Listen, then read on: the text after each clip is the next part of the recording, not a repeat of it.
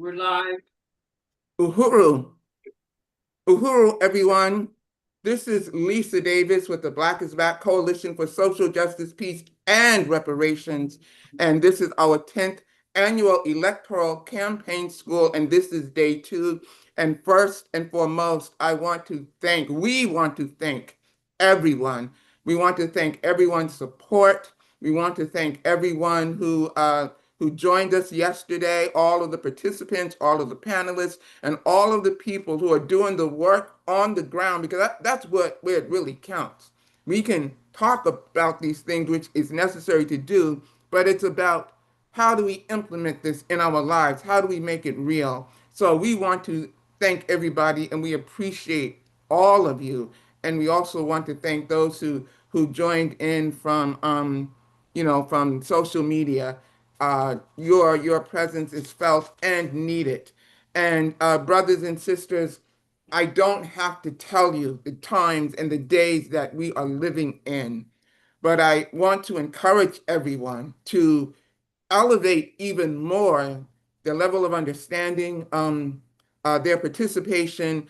And these times really do require that we examine our value system and that we examine how we move in this society, and especially with the electoral process. And that's one of the reasons that the Black is Back Electoral Campaign School came into existence about 10 years ago, although the Black is Back Coalition is about 18 years old, going on 20 years old in 2028.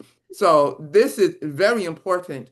Our votes in the United States, especially since we live in the heart of the empire, warmongering, colonialist, imperialist system, um, our votes come at very real consequences, very real life and death consequences. That's not even an understatement.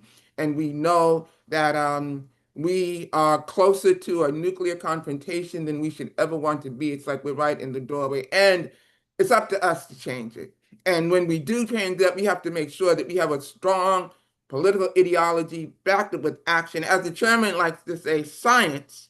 We want to make sure we have that behind us, or with us, I should say. And so yesterday we talked a lot about the foundation of the Black is Back Coalition, how we were established. We heard a lot about the historical context of how certain things came into being. We talked about the implications of the Voting Rights Act, or the gutting of the Voting Rights Act, I should say, and the historical context in which the Voting Rights Act came into existence. We heard presentations from Afia Wangaza, Roger Wareham, brothers Akiba Rudy. We heard from we had discussions pertaining to what was going on with the Hands Off Uhuru coalition, the Hands Off Uhuru movement, and that case, and the things that we need to do.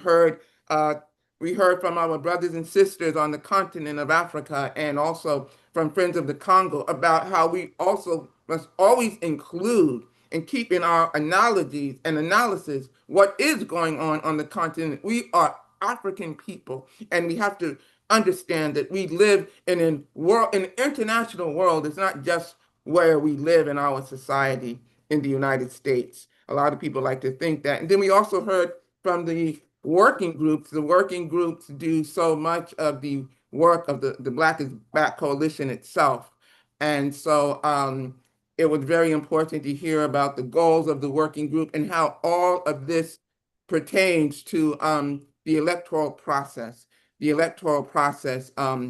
know, in terms of our lives and how we can make this real. And we also heard about the 19-point platform for Black self-determination, which is really the core of the Black is Back Electoral Campaign School, and it really encapsulates so almost everything that the Black is Back Coalition believes in and what we try to do, and it really defines and shapes our work. So we want to thank everybody. And so that was sort of like the ground that was laid on yesterday.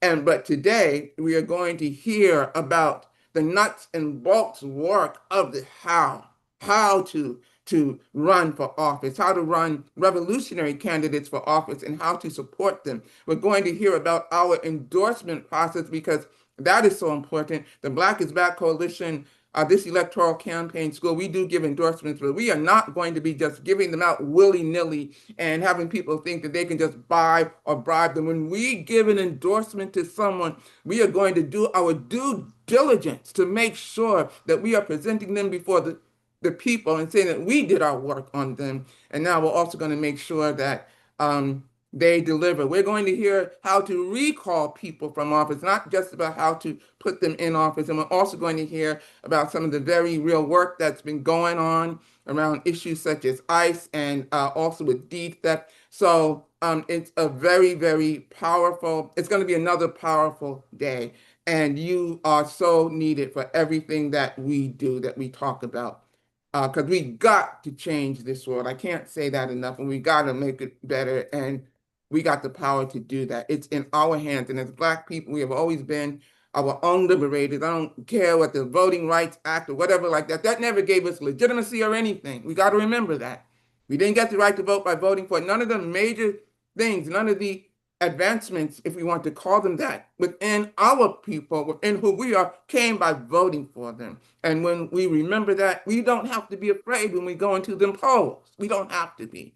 But anyway, we're going to now start this program, and we're going to start it with our revolutionary fight song that was written by our comrade sister Ilikia Ngoma, brother, and also I want to thank Sister Kenge and the engineer, Brother Kabula.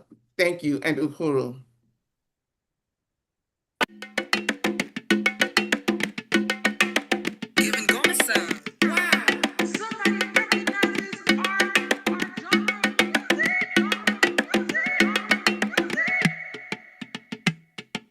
Israel to Africa, we are winning.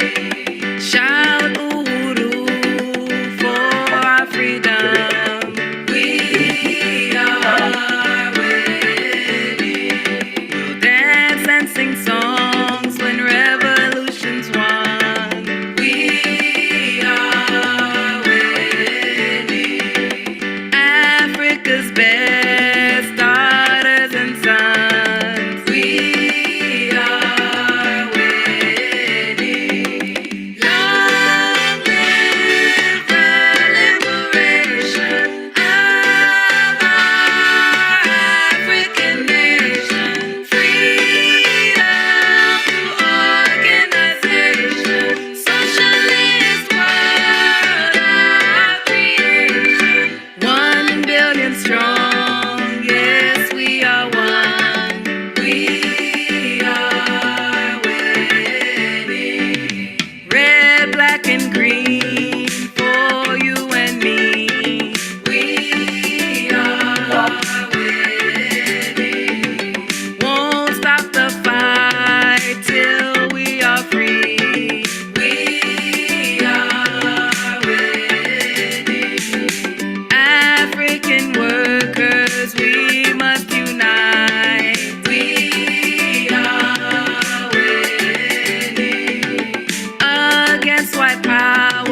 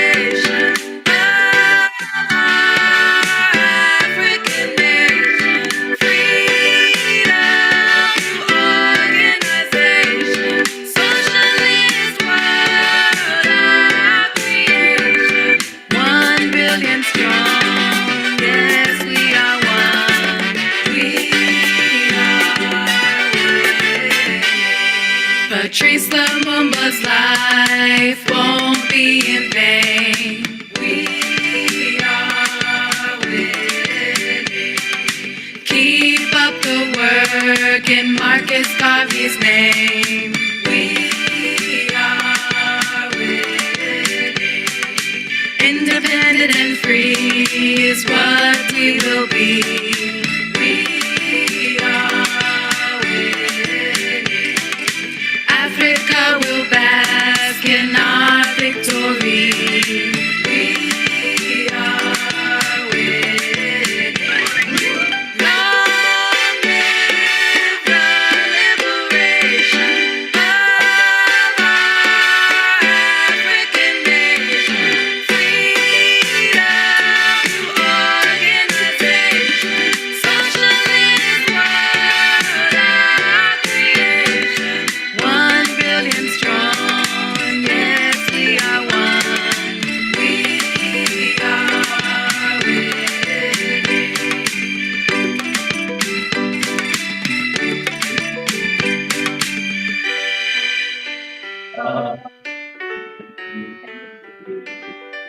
Uhuru.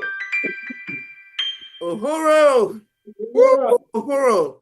And again, thank you to our sister Elikia Ngoma for that powerful, powerful African nation fight song. That's our anthem.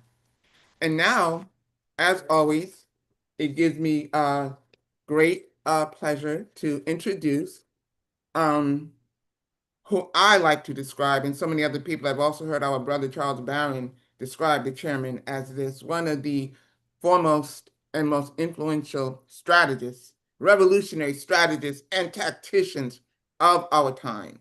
Brother Chairman, he is also the chair of the Black is Back Coalition for Social Justice, Peace, and Reparations, and he's one of the co-founders, and he's also the chair and co-founder and all of those wonderful things of the Uhuru movement and the African People's Socialist Party.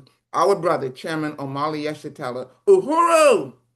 Uhuru. Uhuru. Thank you, Comrade Vice Chair Lisa. Again, I want to express my appreciation to the steering committee of the Black is Back Coalition and to everyone who has participated in this school, this 10th annual electoral campaign school. And a special shout out, of course, has to go to those participants who are presenting at the school, who are bringing the skills and talents and the energy to this process. Right now, as we're having this school today here in St. Louis, Missouri, which is the headquarters of the African People's Socialist Party, we are engaged in so many activities and actions right now as this discussion is going on. And over the last couple of days, we were engaged, and I see Sister Carol in the back, who was at Sulat Market, where we went and with the Uhuru pies and sold pies. I think we sold all of our pies yesterday. I forgot how many it was. At the same time that was going on, we were participating in the One Africa, One Nation market right down the street from where we are located here at the Uhuru House. And of course, we were here, but all of this is going on while we are engaged in what we characterize as an intensive. An intensive is like political education. It's physical education, political education. We were doing this for 2 weeks or so. Comrade Bakri is here from California.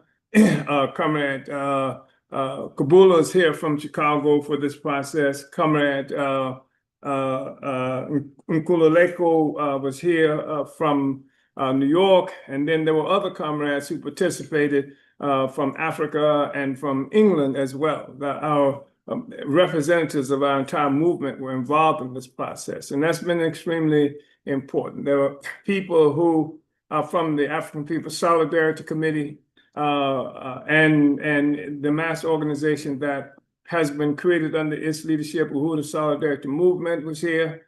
They engaged at the same time this was going on in Reparations investment company that has been created to reverse the gentrification that's happening here in St. Louis. And you won't find any stronger evidence of gentrification any place in the country. We know what they've done to Washington, D.C. already.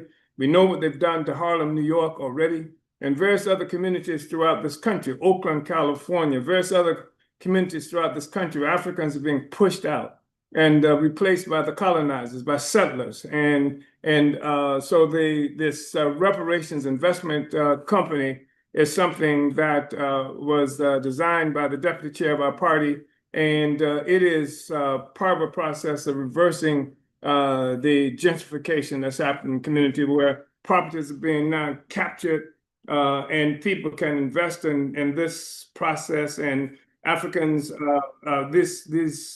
these homes and in our own communities. And so anyway, that's part of what was going on. I just wanted to mention that. But I think what's really important is, for a while now, the African People's Socialist Party and the Hutu movement, we've been tied up in fighting against, first of all, a government attack, a colonial attack, and it's hard to talk about the extent of that attack. We know that they put me, two comrades from the Solidarity Movement, Penny Hess and Jesse Neville, on trial. The objective was to put us in prison for 15 years. The objective was to charge each of us $500,000. That was to loot our resources, to make it impossible for us to carry out the work that we are doing, and to frighten people, to make people afraid to have an association with us, to slander us, to say that we were not honest.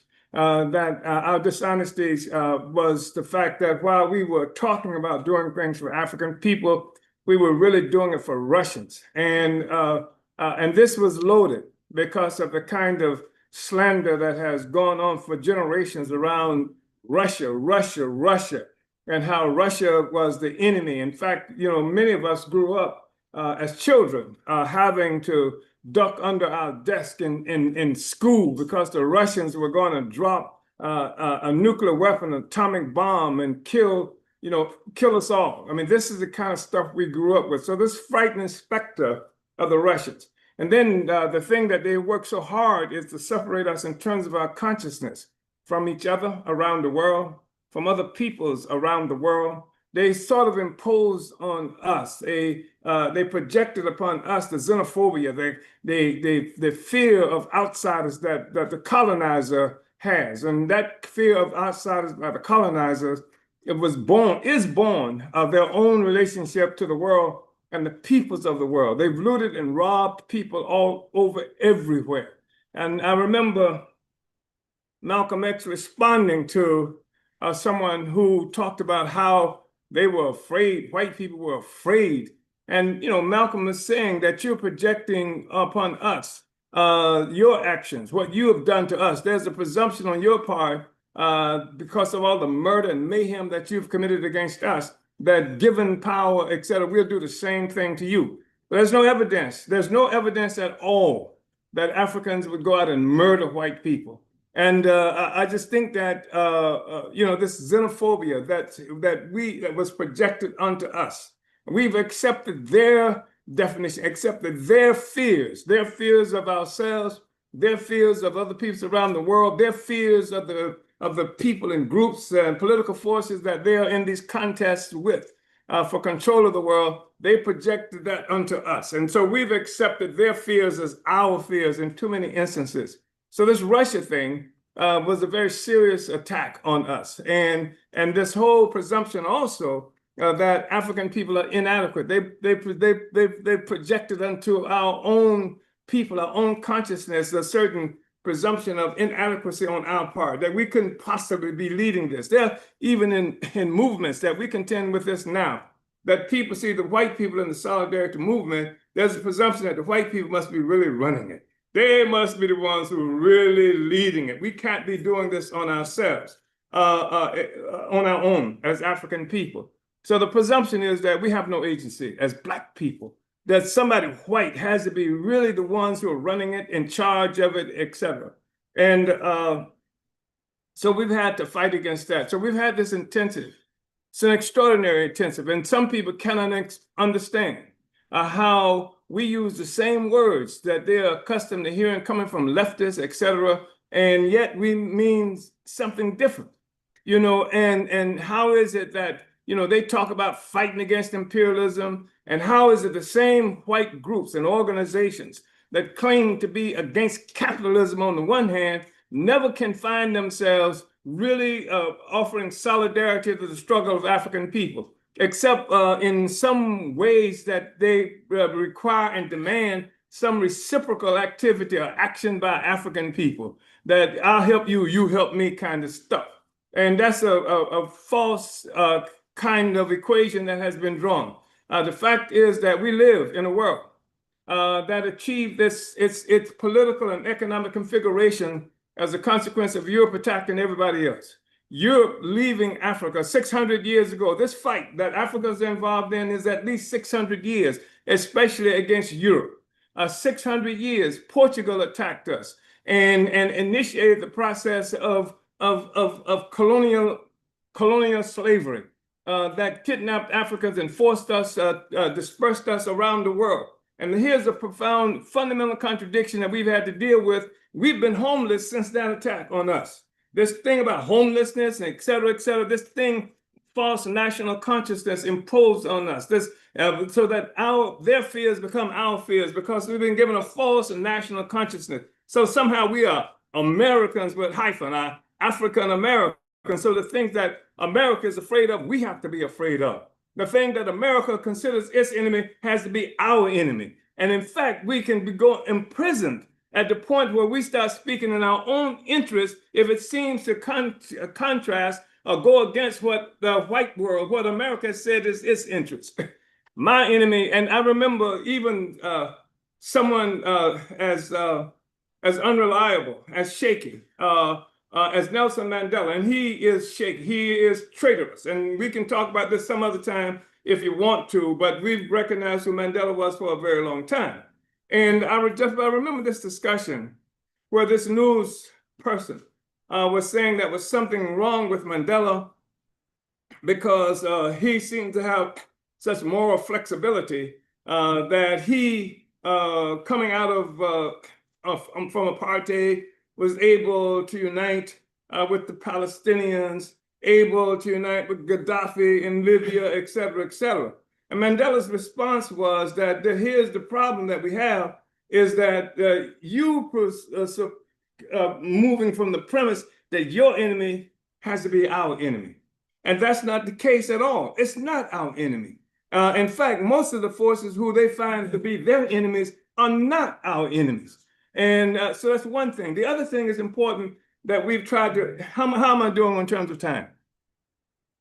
10 minutes. The other thing that's really, really, really important, because we've had to come to our own conclusions to examining the world. We learned some things over the many years. And this is one of the things that gives some significance to the fact that we've existed as a party for more than 50 years. And our history goes back in terms of leading up to the creation of the party for 60 years or so. And so there's a continuum here. There's not been this broken place where I got involved in the movement, or people came into our movement, and the history began at the point they came into the movement, where they learned what was happening in Palestine, or they learned about the police killing somebody in Ferguson, or police killing somebody in New York, or some other horror that has been that's impacted our lives. Our history goes back in a long time, and so we are part of a continuum. That's why we can talk about SNCC and the history of SNCC and the history of the founding of Black Panther Party. And we can talk about how that moment up to this moment, how that continuum has existed, what has developed, how we came into being, etc. So this plenary has been really important for us. And one of the most important things that we've learned, because we adopted this way of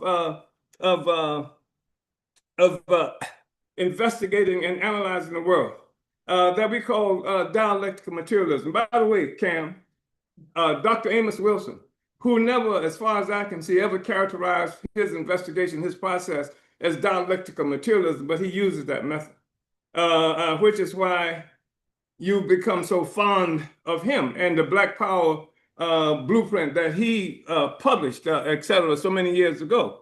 And so we want to know what the problem is. What's the foundation of the problem? How can we find ourselves face these contradictions? How is it that we look and see the Vietnamese had the same kind of contradictions? What is it about the world that meant that the people in Palestine had the same kind of contradiction? Why is it that I have to be as fearful of the forces of America as people in Venezuela have to be? What in the hell is it that connects us all? And this part of what connects it all is the fact that there is such a thing called a mode of production. And this mode of production has to do with how life is produced in the world. When we say life, human life, we're talking about how life is produced, what it takes to feed, clothe, and house people, and how that develops, et cetera. And that happens as a system. There's a system that's associated with it, and many people do not recognize it because we've been offered explanations like God and look and other kinds of things, so we can't see the material world, the system that's at work that informs and influences what is happening to us, and that gives it the same look of what's happening to Palestinians, et cetera. And the only reason we can't sometimes see what's happening to Palestinians is the same thing that's happening to us, is that our colonizers have succeeded in projecting their identity onto our consciousness, their fears into our consciousness. Their enemies have been transformed to our enemies, at least in our brains as well. Not in reality, but in our brains. And this is one of the things that makes us materialists, by the way, as opposed to what we would characterize as idealists, because the material world is the thing that informs us. If we want to understand the world, and this is not jugging at anybody who is biblical or religious, etc., but it's to say this: our belief is, if I want to understand the world, I investigate the world. If I want to understand the Bible, I investigate the Bible. And those are two different processes that we're involved in. In investigating the world, I come to understand even how the Bible was put there for us, etc. So we investigate the world. And we've seen how the similarities of the lives and differences that people have based on recognizing the system that has come into being that provides the life for us on earth. And the system is a global system. It's not a New Jersey system. It's not a New York system. It's not an American system. It's a global system.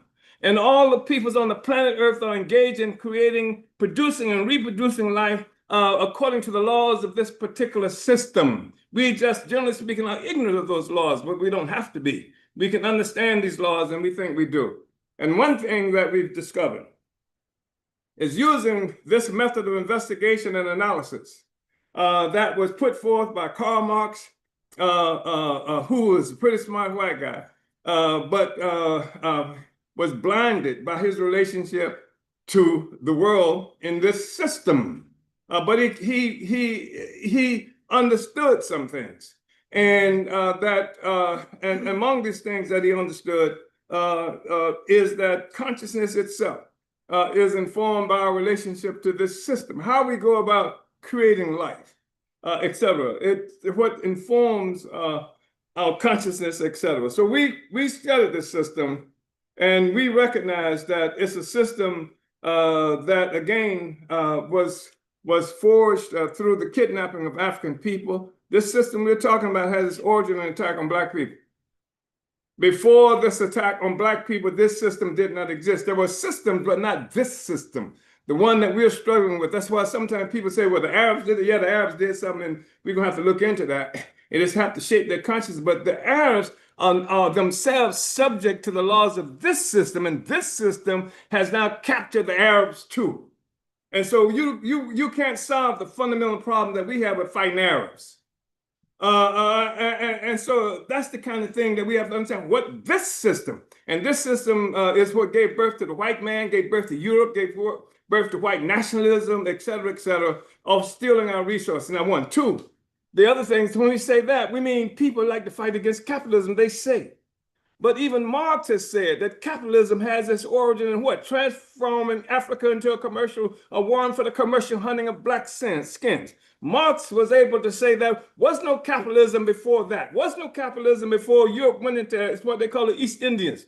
and enslaved the people in what we now know as India. Was no capitalism before Europeans came to this land that we now call America, and interred the indigenous people into mines, bringing up gold and silver for them. Was no capitalism before them. Was no capitalism before Britain, England attacked China in 1841 and 42.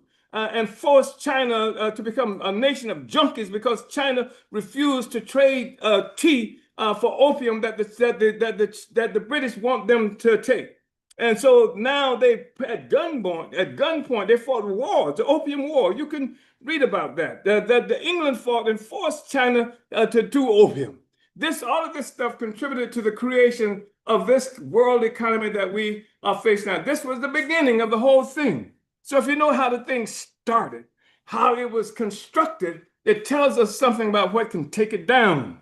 And critical to its existence is the enslavement, oppression of Africa and African people around the world. That's why all these wars and attacks, and that's why even questions of free speech, you can talk like you want to, you can have your white friends. Your white friends can say what they want to say until they are uniting in a real comprehensive way with the struggle against colonialism. They stand on the right side with the Palestinians. When I say right, I mean correct side. Then they will go to jail. They will be beaten up. They will be punished, etc. They stand on the correct side with Africans, which is seldom. I mean, even we had people back in Mississippi. What's the name of the woman? No, the white woman. Say it again. Louiso. Yeah, Louiso. yeah. You know, she stood with the African Revolution. This was a serious movement. And so they killed her. And this is when you see white people get in real big time trouble, when they unite with the struggle of the colonized peoples. Otherwise, you got what you call free speech. There's no problem with white people having free speech in Mississippi. Was no problem until they started acting wrong when supporting Black people. That's when they got in trouble. That's when we just looked at this movie, this thing from Eyes on the Prize, just the other day during this intensive. And we had this normal white couple was saying how wonderful they were well respected. They were property and business owners, etc. They blew their mind. They say how all of a sudden every white person in that town turned against them just because they did something simple that might have been like housing or supporting the right for Black people to vote. That's where the nigger lovers come in, you know? And that's the worst thing you can be, you know, in the white world. So I just wanted to say that we have different views on things, and this is why the white people call themselves socialists, but they can't stand in the struggle against colonialism. You don't find them uniting with the struggle against colonialism unless it's from a distance. And then they, and we forced them to say colonialism, but they weren't saying that, and they don't even say it in a meaningful way now. They couldn't support the Black Panther Party. They didn't. The white left did not support the Black Panther Party. The white left did not support the struggle for Black power as it was characterized. They never did that. But at the moment you say you're fighting for all of us, which means that you're going to use your energy to solve the problems in the white community, the white world, then we cool. That's where the whole struggle against fascism comes. People say, the struggle is against fascism. What the hell is fascism? When they're killing the indigenous people, they weren't saying, look at what fascism is doing. When they took this land, when they took half of Mexico, they weren't calling it fascism. When they stole that to make Texas, Colorado, New Mexico, Utah, and the rest of it. When they burdened African people in Haiti, they weren't saying, look at what fascism is doing. That was colonialism.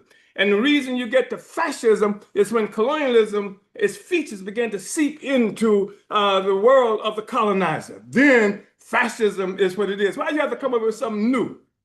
If oppression is oppression, how the hell you got to be oppressed by fascism? And then require me to fight against fascism as opposed to colonialism, and you won't fight against, no, those days are over. Anyway, that's why we're in trouble. And Comrade King is holding up a fist.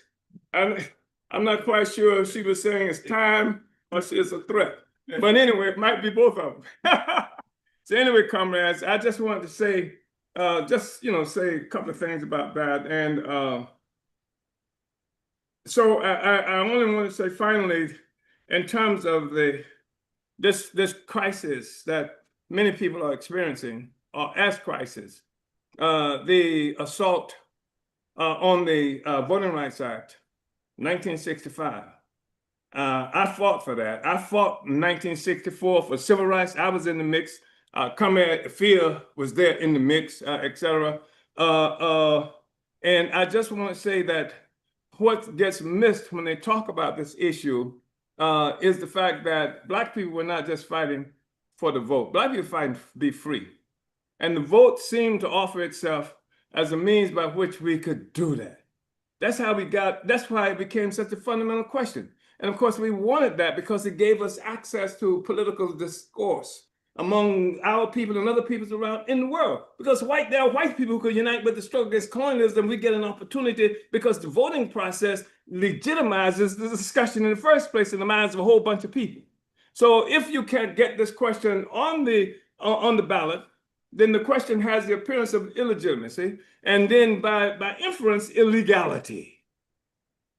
There's a difference, in illegitimacy and illegality. Legitimacy and legality, there are differences there. And so anyway, we've been engaged in this struggle. We don't want to sacrifice the ability to utilize all this that we fought for as Black people. We fought for this democratic space. Nobody fought harder for free speech. They're going to put me in prison for talking. And we are the ones who needed to talk more than anybody. We're the ones who had no freedom to speak, lynchings and murder, job loss, etc., just for saying the wrong thing. So now they're going to say that they are locking me up for speech, but not because I said it, because the Russians told me to say it. And this is the way they get around their own contradiction by saying that people are supposed to be able to have free speech. That's why we say the critical question is anti-colonial free speech.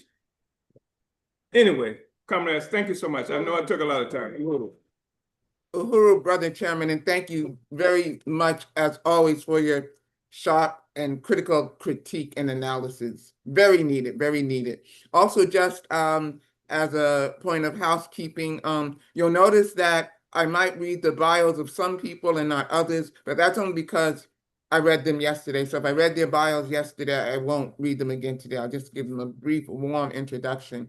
Brother Akiba Rudy, he is the President General of the Universal African Peoples Organization, and he is going to be talking with us about proportional representation and running our own candidates and what it means and how to utilize it, etc. And Brother Zaki, you'll have 20 minutes for this presentation. Uhuru!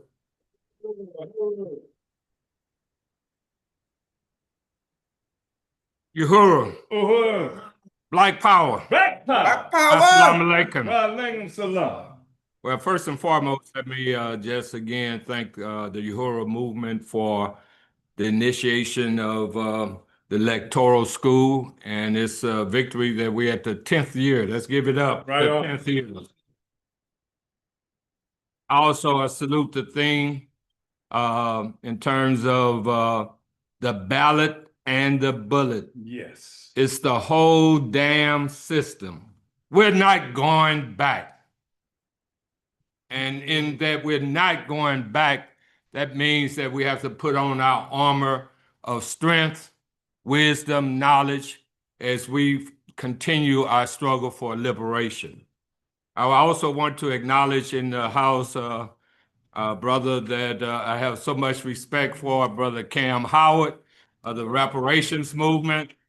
Also, Jesse Todd, one of our people's representative as far as electoral politics.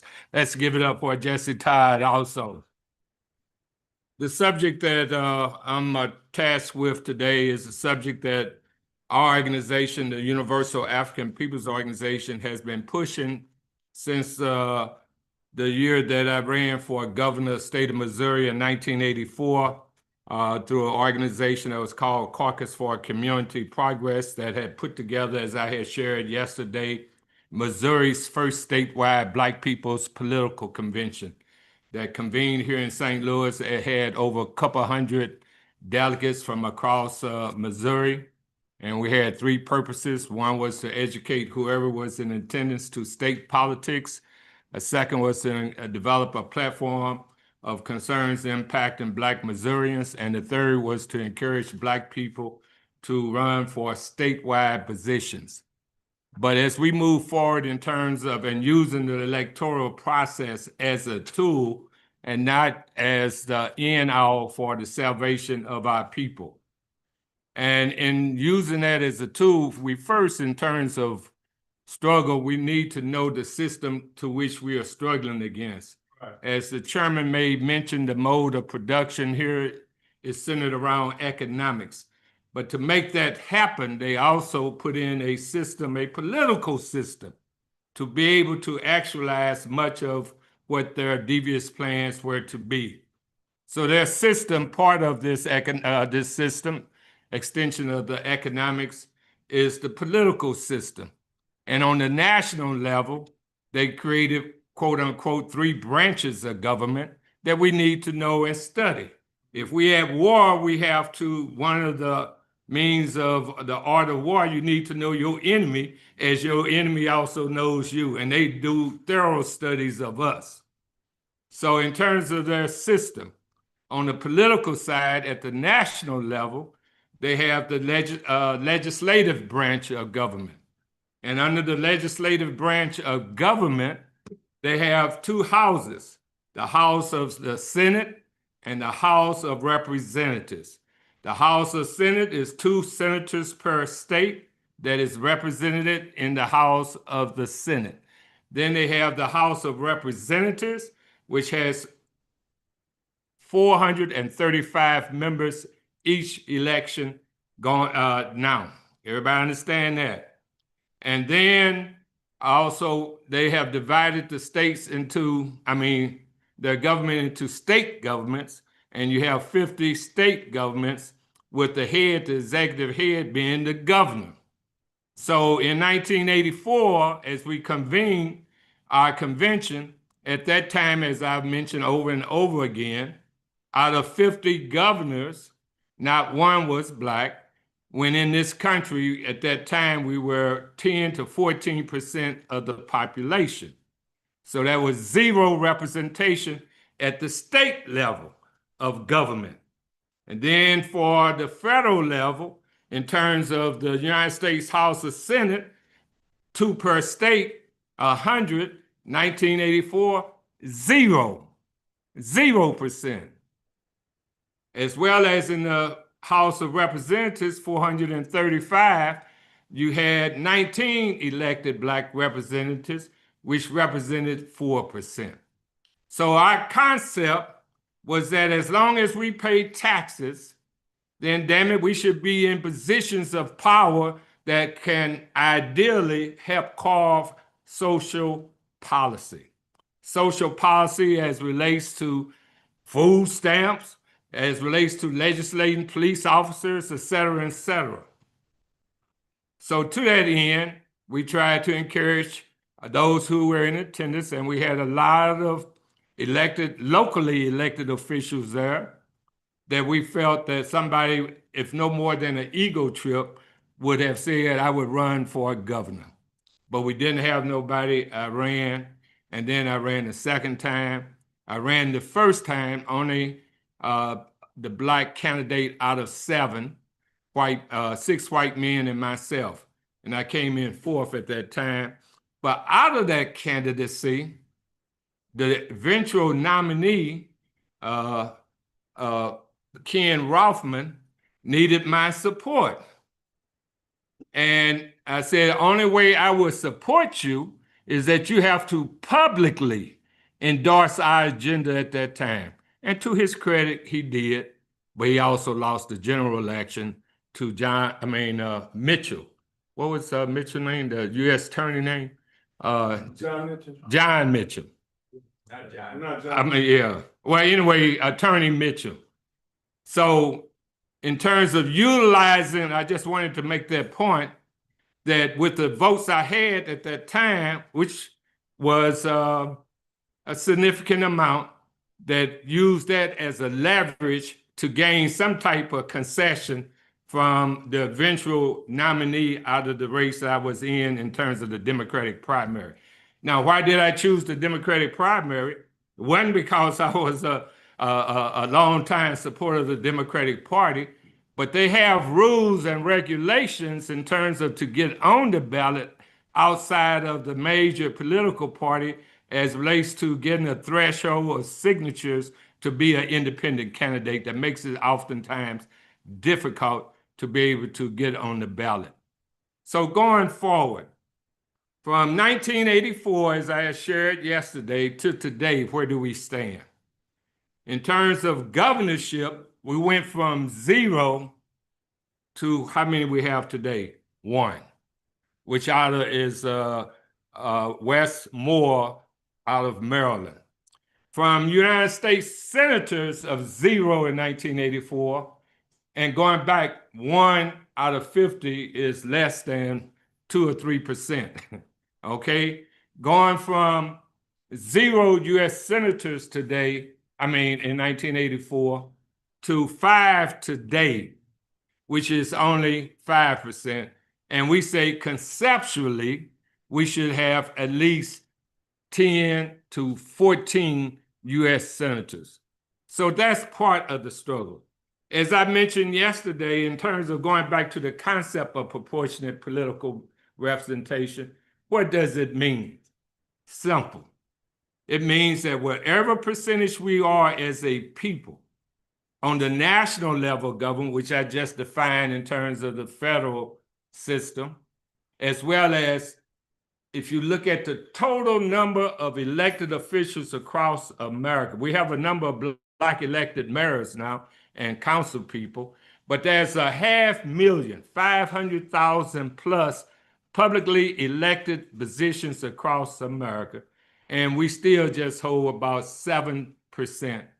And a clear example of that was, as I mentioned yesterday, again, just keep emphasizing from yesterday, was the battle in Ferguson. At the time of the murder and assassination of Mike Brown Jr., Ferguson had a city council of 6 members, as well as the mayor, which had a total of 7 governing Ferguson, only 1 Black. As an extension of that concentration of political power in the hands of a white minority, you had an outcome of a police department, and I didn't even get into the statistics of the fire department and other city employees, of 53 officers and only 3 Black in a city that was predominantly Black. Madness, in my humble opinion. So as a tool for fight back, we said that we should have candidates running in Ferguson, which eventually happened. And we do have a change of policy a little bit in terms of policing in Ferguson with a past election of the first Black mayor of Ferguson. Not saying agree with all her policies, because one of the problems, as we see it from the conscious Black community, is we don't have enough of our conscious Black community challenging seriously for political power. Let's just be for real. And then on the real side, from the conscious community, we be very critical of the other folks, yet we don't put up alternatives. So that's the challenge as I see going forward, being on the real side.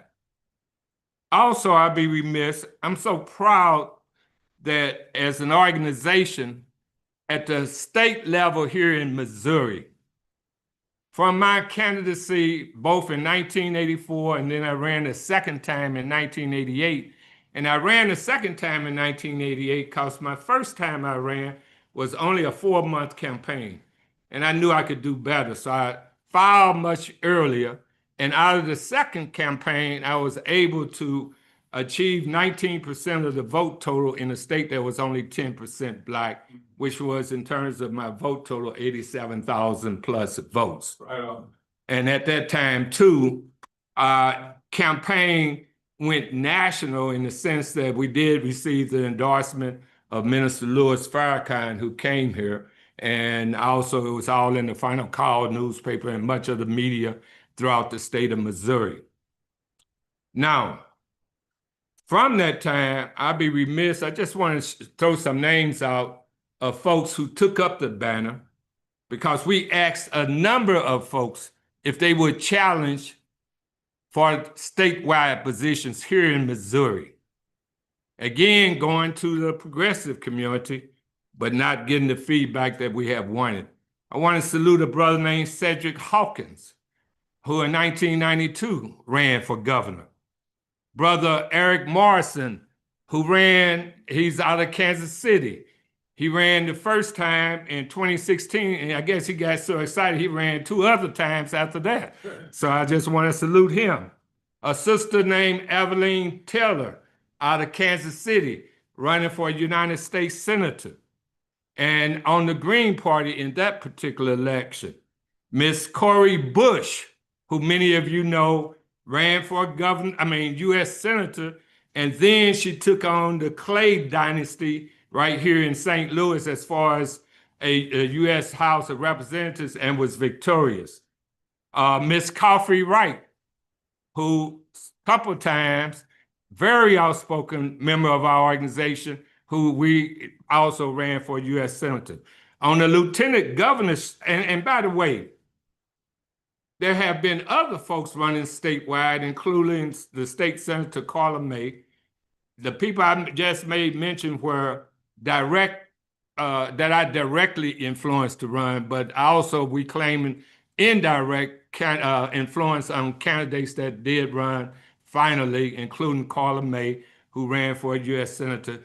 She did outstanding well. She had over 87,000 votes also.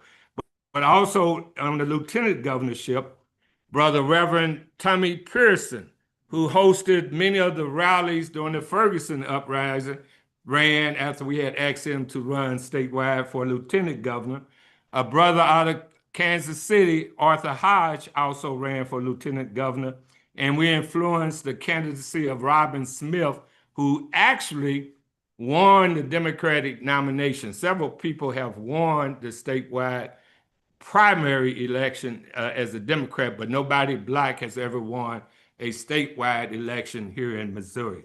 So as well as I'm proud to say, in the battle for social justice in the city of St. Louis, coming as an extension of the murder of a young brother named Garland Carter, we personally asked a young attorney named Donnell Smith to run for circuit attorney, and he was a forerunner of Kim Gardner, who also was the first Black female to be elected circuit attorney for the city of St. Louis. Along with that, I hate to say this one, we also asked Wesley Bell to run for St. Louis County prosecuting attorney. But I have to say publicly, we see him now as a bootlicker. I'm just putting that out publicly because he was funded to the tune of $12 million to unseat Cori Bush, who just called for a ceasefire in terms of the attack on the Palestinian people through AIPAC. And as we understand politics, we have to understand the ungodly influence of AIPAC in terms of paying and influencing the many elected officials that we have at Congress, which going back to where we at right now. In the United States Senate, we have 5 U.S. senators. In the House of Representatives, we have achieved proportionate political representation. And that's probably one of the reasons why the attack on the voting rights, not saying we're agreeing with a number of the U.S. representatives, but it's at 59 voting members that look like us. So going forward, why is it important for proportionate political representation? And let me be clear. If you're not elected, as we had said yesterday, it does not mean that you were not victorious. My candidacy was victorious because we spread the word of liberation for us as a people and served as a guide points for challenging for those powerful positions. So as a tool, we can use the political space of running candidates that then advocate for reparations. So I'm nominating Cam Howard to be our candidate for United States Senator in the next election in Illinois for United States Senate. And we're all around him. So also, just coming into the House, I was waiting on her to come into the House. Would you please join me, Ms. Coffee Wright? And I asked Coffee to come because the victory for our people, again, is not just actually being elected, it's to be able to put the message out about our people in terms of the issues impacting us. And Ms. Coffee Wright, a strong member of our organization, she ran in 2018 and 2022, and she was endorsed by the Black is Back Coalition because she endorsed the platform that we have. So I just wanted her to share a little bit about her candidacy as an example for everybody that's out there in the audience, that as we move forward as one battleground is the political component. And so to that end, Ms. Coffee Wright, share your experience. Okay, first of all, hello, everyone. Thank you for, as Zaki said, in 2018, 2022, I ran for United States Senate. In my first run, I was the only Black candidates altogether. I came in second place on a Democrat ballot, not because I'm a big Democrat fan, but I ran under Democrat. That went well. We had almost 50,000 votes, fam. And that was pretty good. So we came in second place. Next time around, I ran and we inspired about 9 other Blacks. Be on the same ballot. Be on the same ballot, right? Not that we wanted them, but they just jumped in. I was glad it was inspirational, but we could have done without them. They could have just supported me. I would have liked that better. But anyway, we did well. We almost tied in third place, but we actually took fourth. So in saying, And as well as of the Black candidates that were in the race, she was the number one of the Black candidates. absolutely, thank you, Zaki. That went well, and it's because we have to challenge them. You know, whether we think we got a dead man's chance in hell, whether we got a snowball chance in hell, we have to continually and continuously challenge them. We have to challenge the power because we are the power. We got the power, and we can't just sit back, as you know.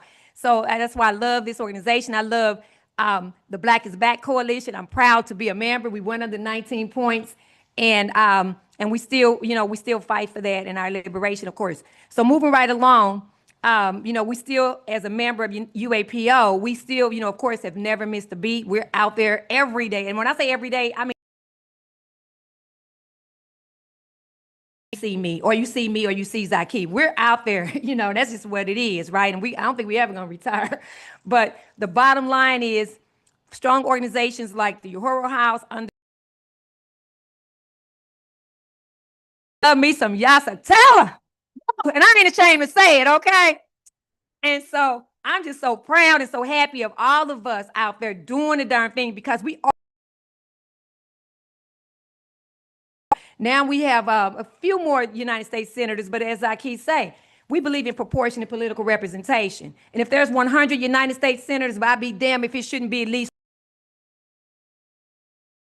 whatever you want to, however you want to identify yourself. We need to be sitting at the table helping making these decisions on these federal laws, right?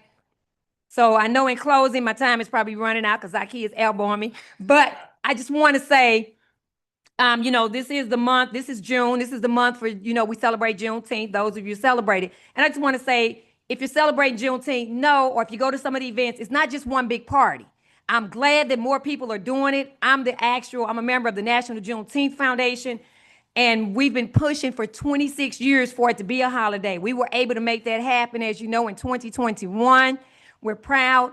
I'm giving St. Louis his biggest Juneteenth parade and celebration. Zaki Baruti is the Grand Marshal, call it nepotism, favoritism, or any other ism, and that's what it is, okay?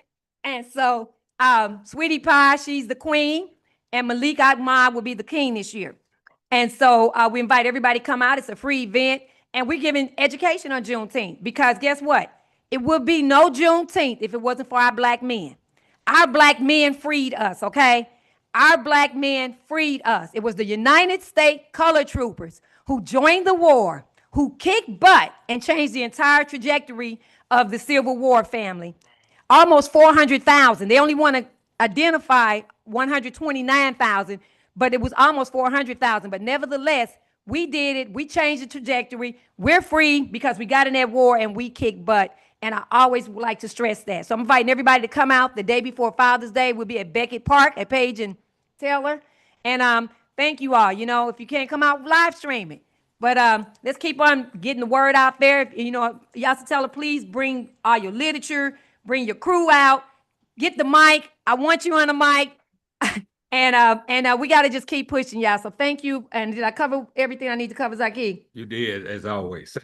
Thank you very much. I'm Coffee Right. Now I'm Dr. Coffee Right. And that's right, I said it.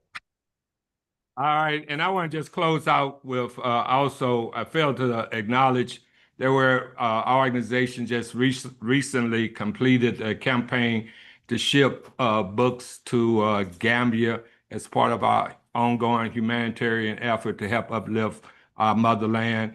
And we ended up shipping 8,100 books, and some of you made donations. We want to thank you. Thank you. And it's on the front cover of our newspaper. Our newspaper, for those who may not get the actual physical copy, you can go to www.uapo.org. Also, I failed to acknowledge, in terms of advertising, I made mention yesterday about our past newspaper when Coffee ran for United States Senate. We had it on the front page of our newspaper where we said, spread the word, red alert, red alert, red alert. And we were laying out the racial imbalance at the United States Senate in this particular issue. Also, impacting people to challenge the system, grassroots people, not our political, real conscious folks, but this sister named Bessie Mitchell, as an extension of the Ferguson crisis, we challenged the St. Louis County executive, and she had been audacious enough to run for county executive. This was one of our special editions. And last but not least, last but not least, as a history teacher too, we have put together the Chronicles of Zaki Baruti Lavoie Reed. That's my government name. Part 1, Pioneering Efforts to Empower Our People Statewide, a pictorial news account of Zaki Baruti's campaigns for governor of Missouri. And then last but not least, the same thing, the Chronicles of Zaki Baruti, Part 2, Speaking Truth to Power. And it's a collage of a lot of different articles where our organization and myself are featured in. So on that note, Woo! I'm excited. My excited is excited. Liberation in our lifetime. Liberation in our lifetime. Thank you all. Uhuru. And hello there, Uhuru. Sister Coffee Right. And I just want to also second what you just said and give a shout out to all of the revolutionary enslaved Africans who rose up and kicked ASS, because that is the reason that chattel enslavement ended. And we can get into a whole thing about that and all the things in terms of the way that the Civil War could have turned out, even if the North had won. So I just wanted to give you a shout out to that. And I'll just say with the Juneteenth, keep the red, black, and green flag. That's the flag that represents Red, black, and us. green. And I'm gonna challenge you, next time we go to DC for that walk, we need to go to the African American Civil War Museum, because all of our ancestors' names are listed there in a monument, and we didn't even know that. Right. So if you got an ounce of black blood in your body, I'm holding you to that, holding you to it, Sister Coffee. Great to see you. you Uhuru. can see it. All right, thank Uhuru. you. And next we have our brother Cam Howard. Did somebody say our brother Cam Howard?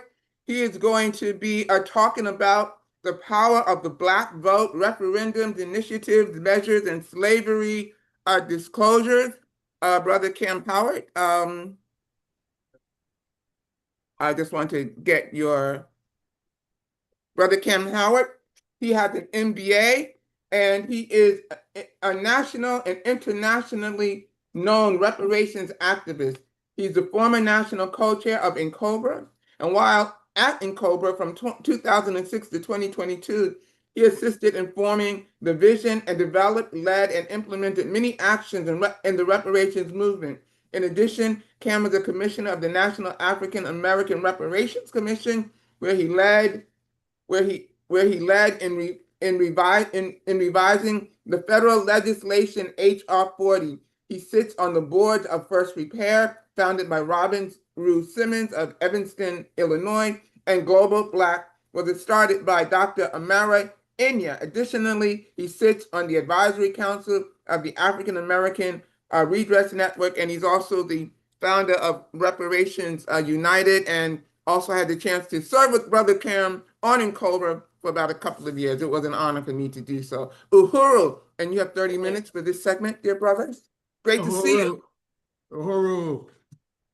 Black is back. Black is back. And I'm glad to be back in St. Louis. What a powerful day yesterday, a powerful grounding, historical grounding, and our ability to use the electoral system in our behalf. We got tremendous information on how we got to this point of a voting rights bill that has been recently gutted. Very powerful grounding in theory on why we struggle, that this struggle is a struggle against colonialism, although people may think it's something other. It's a struggle for freedom. It's not just a struggle to vote on some candidate in some particular political office in some jurisdiction. And it's only related to that. But it's everything we do in this space that we're in, it should be about freedom, Uhuru. And it was a very important grounding in the reality in which we exist today. You know, what does this whole voting rights attack by the white right on our ability to cast votes in this country, what does it actually really mean? And yesterday we had tremendous context. We provided with tremendous context in what that actually means. So really appreciate all the speakers from yesterday. Today, we're supposed to go into the nuts and bolts of how do we use the electoral candidate system to actualize Black power and actualize the deliverance of the 19-point platform of self-determination by the Black is Back Coalition. We do not engage this electoral system for anything other than power. That's right. If people think that it's about influence, that we can influence white folk or influence white power or influence those people who hold the reins over our community, no, we want to replace those people who hold the reins of our community. We want to, thank you, brother, we want to be the ones who are in control over our communities. And so I was asked to share the use of ballot measures in our struggle for self-determination. And this is the 10th time that I'm presenting this, and it's important that it's presented at every time we have a campaign school, because it is a mechanism for us to wield power in these spaces where we exist in local spaces, primarily. The ballot measure is useful in the local spaces, but also on the state level as well. You can have some ballot measures that you can put on a state ballot. I'm going to talk about and I apologize that I didn't send this presentation, but I'll make sure that everybody has it. But I'm going to talk about the question of legitimacy, what are ballot measures, how to start an initiative, the process. I'm not going to go so much into the resources as much as I used to. Talk about the keys to an effective strategy and how some of these 19-point the points of our 19-point platform can be utilized in a referendum or ballot initiative process. Then I'm going to talk about the importance of now. I think now this is what I've added to this particular presentation, but I think I might start with the importance of now as opposed to waiting to the end. Why is the use, well, let me go back. Still with this whole question of legitimacy.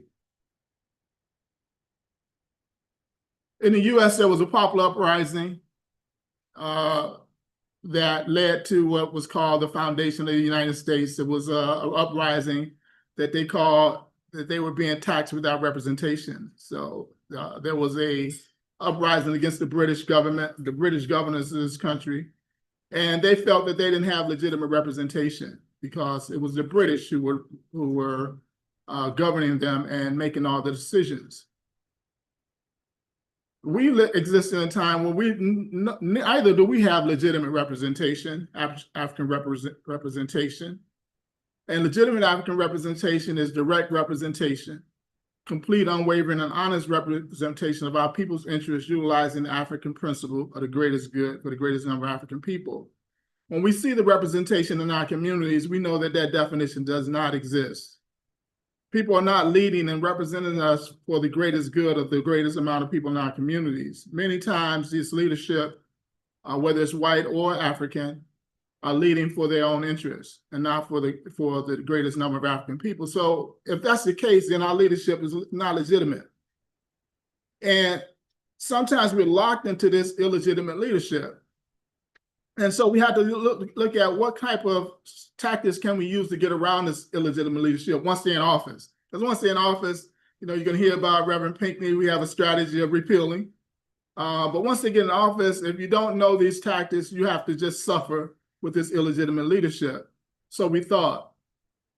So what we have been talking about a lot, and what you're going to get from the Black is Black Coalition for Social Justice, Peace, and Reparations, is that the foundation of everything that we're struggling on is the struggle against colonialism. And so colonialism actually began with Christopher Columbus. One of his names was Cristobal Colon.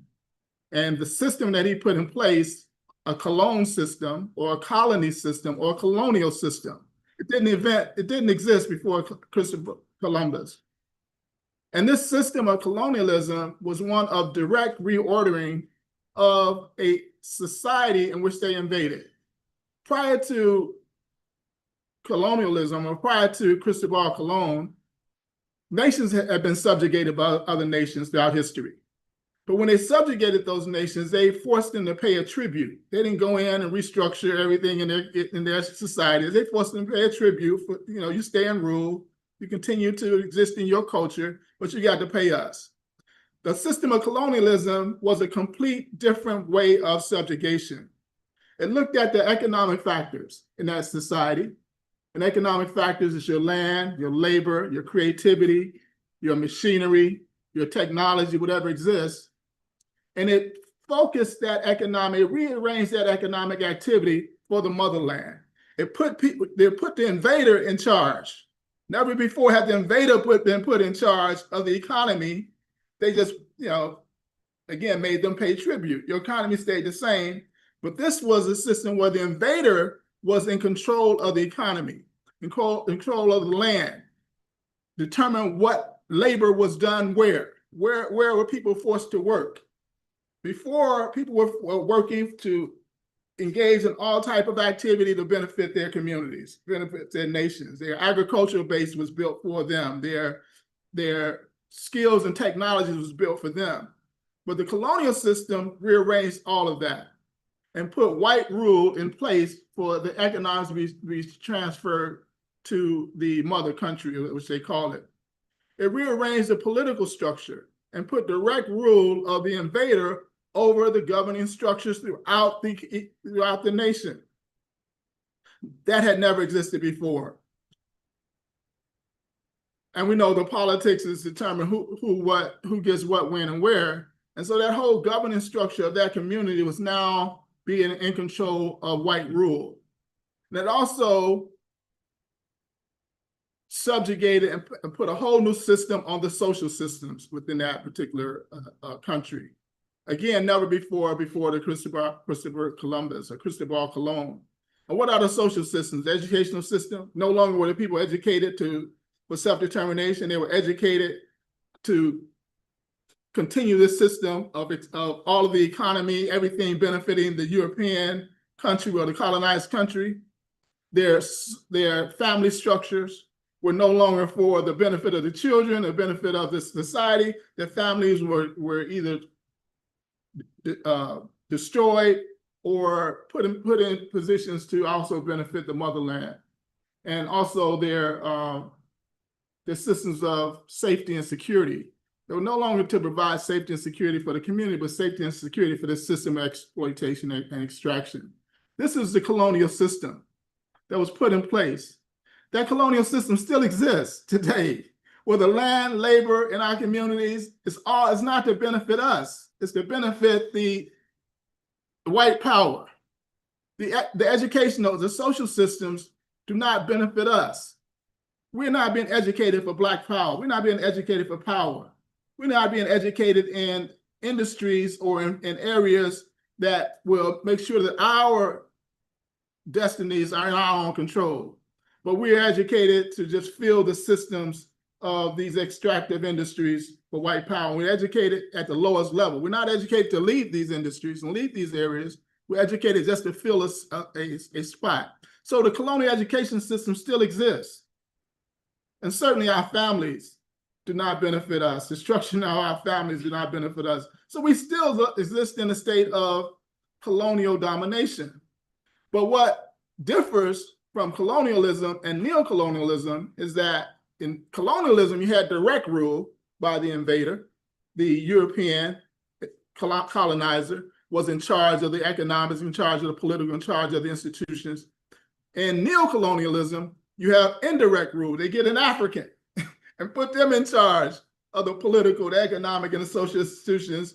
They're in charge of your school systems. You have African in charge of the school, African in charge of the police force, African lieutenant governor, African mayor, and African this.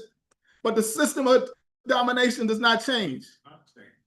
Still, we are not in these spaces, in these positions of leadership for our own self-determination. This is illegitimate leadership. And our brother Glenn Ford called it the misleadership, what do you call it, the misleadership class of folks that who are controlling these systems. So we live in a state of colonial domination as well as in a state of neocolonial domination still today. And what do we have to, what are some of the tactics we can use in the political arena to assert ourselves even when you have this misleadership class in place, even when you have this neocolonial leadership in place or the colonial leadership in place? And right now, the whole voting rights piece is to destroy neocolonialism and reinstate colonialism, direct rule. So they don't even want the neocolonials. They don't even want the Africans who are committed to their systems and rule anymore. They want us out, and they just want the white colonizer back in place. That's what this Project 2025 is about, and that's what the Guardian of the Voters' Rights Act is about. How do we put white people back in total power, direct rule over all the subjects in America?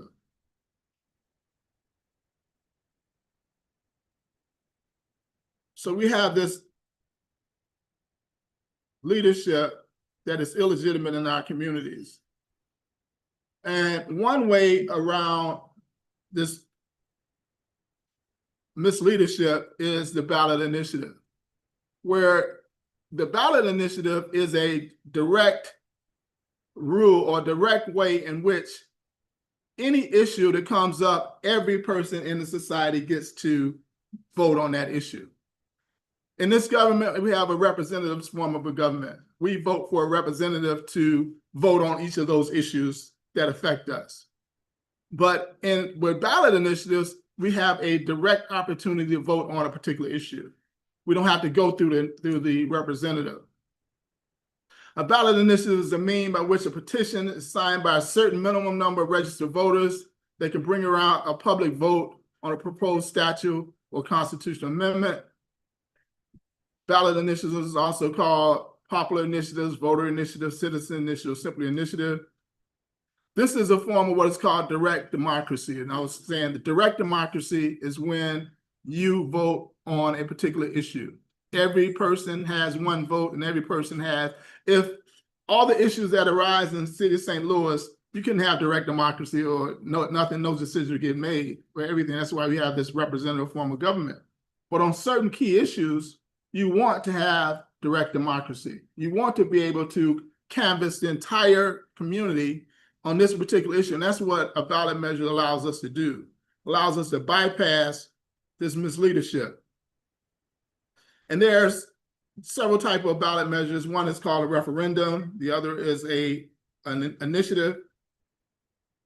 The two types of referendums are a means of expressing an opinion on proposed legislation before it becomes law, or to reinstate a law that was removed.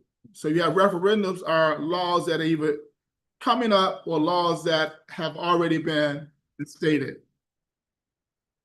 You have a legislative referendum. That's when the state legislature calls a vote for the people, or you have a popular referendum. That's when the people say, we want to put an initiative on the ballot or put a referendum on a measure on the ballot on this particular law, and then they get the signatures and things to do that.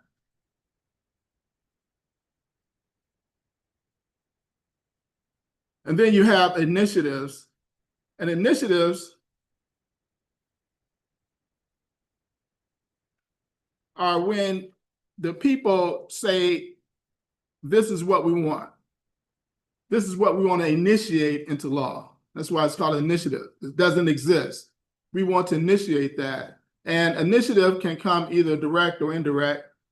A direct initiative is put directly to a vote after being submitted under petition.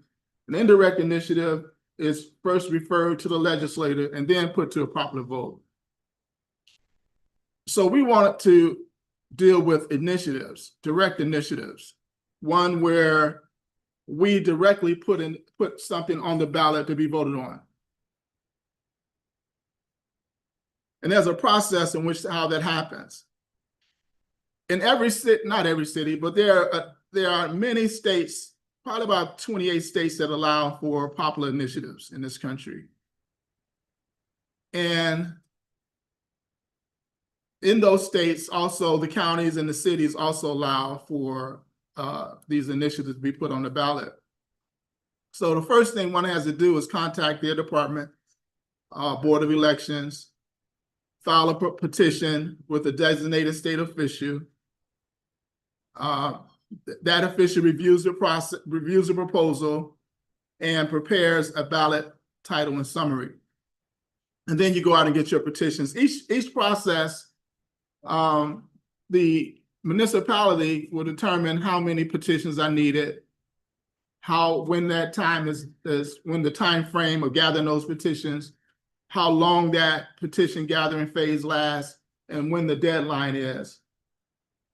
Some states, like in Chicago, or cities like in Chicago, requires an extremely large amount of petitions. Like we did a ballot initiative, we needed 104,000 signatures. In a city like Detroit, they only needed 8,000 signatures.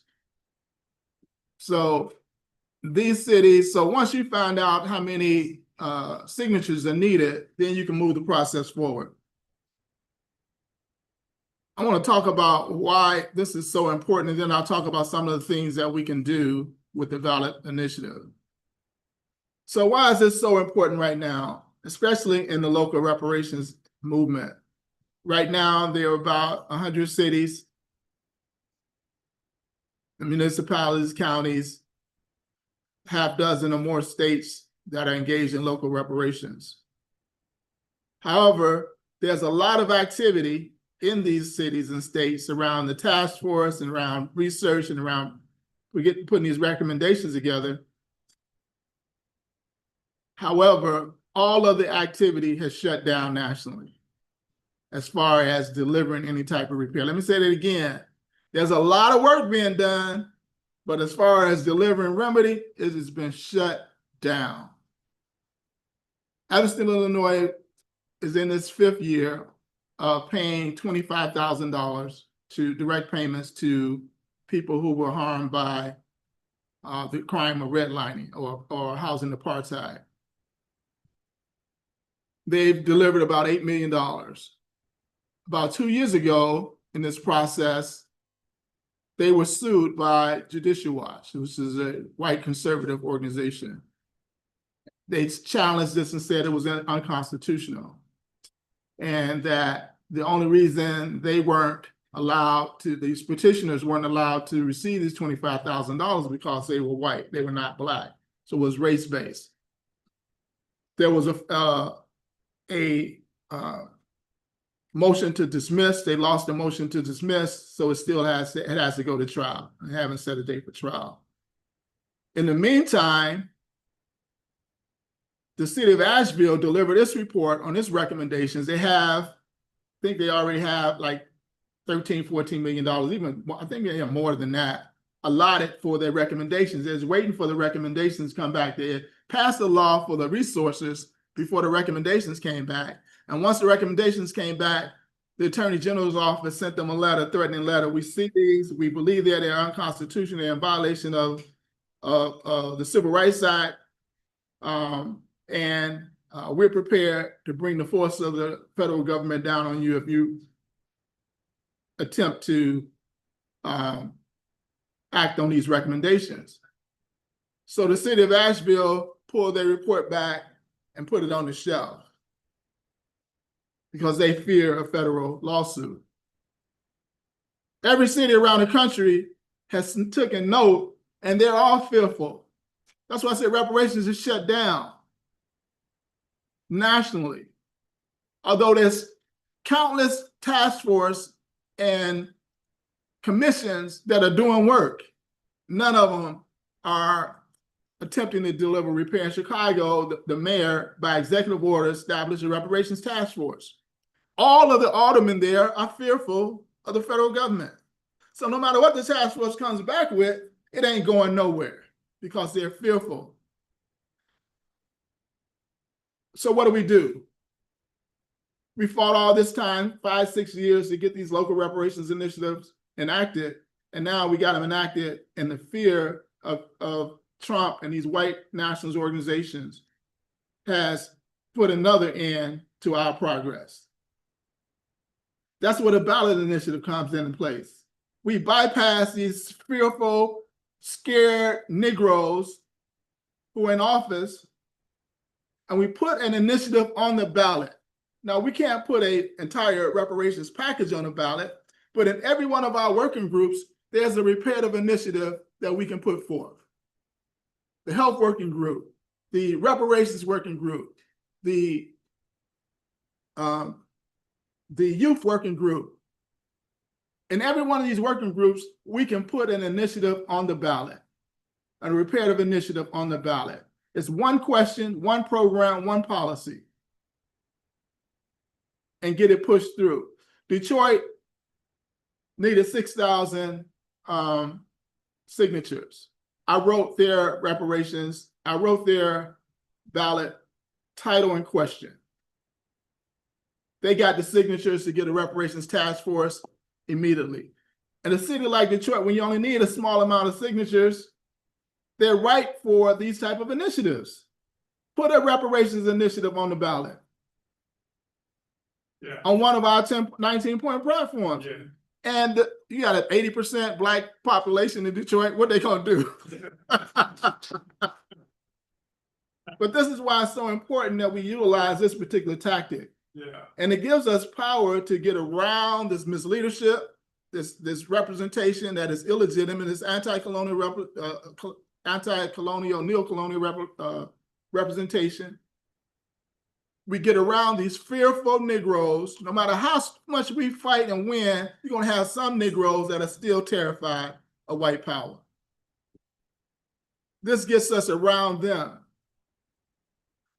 and allows us to actually make an effective change, utilizing this electoral system that they're continuing to try to weaken with us. 10 minutes.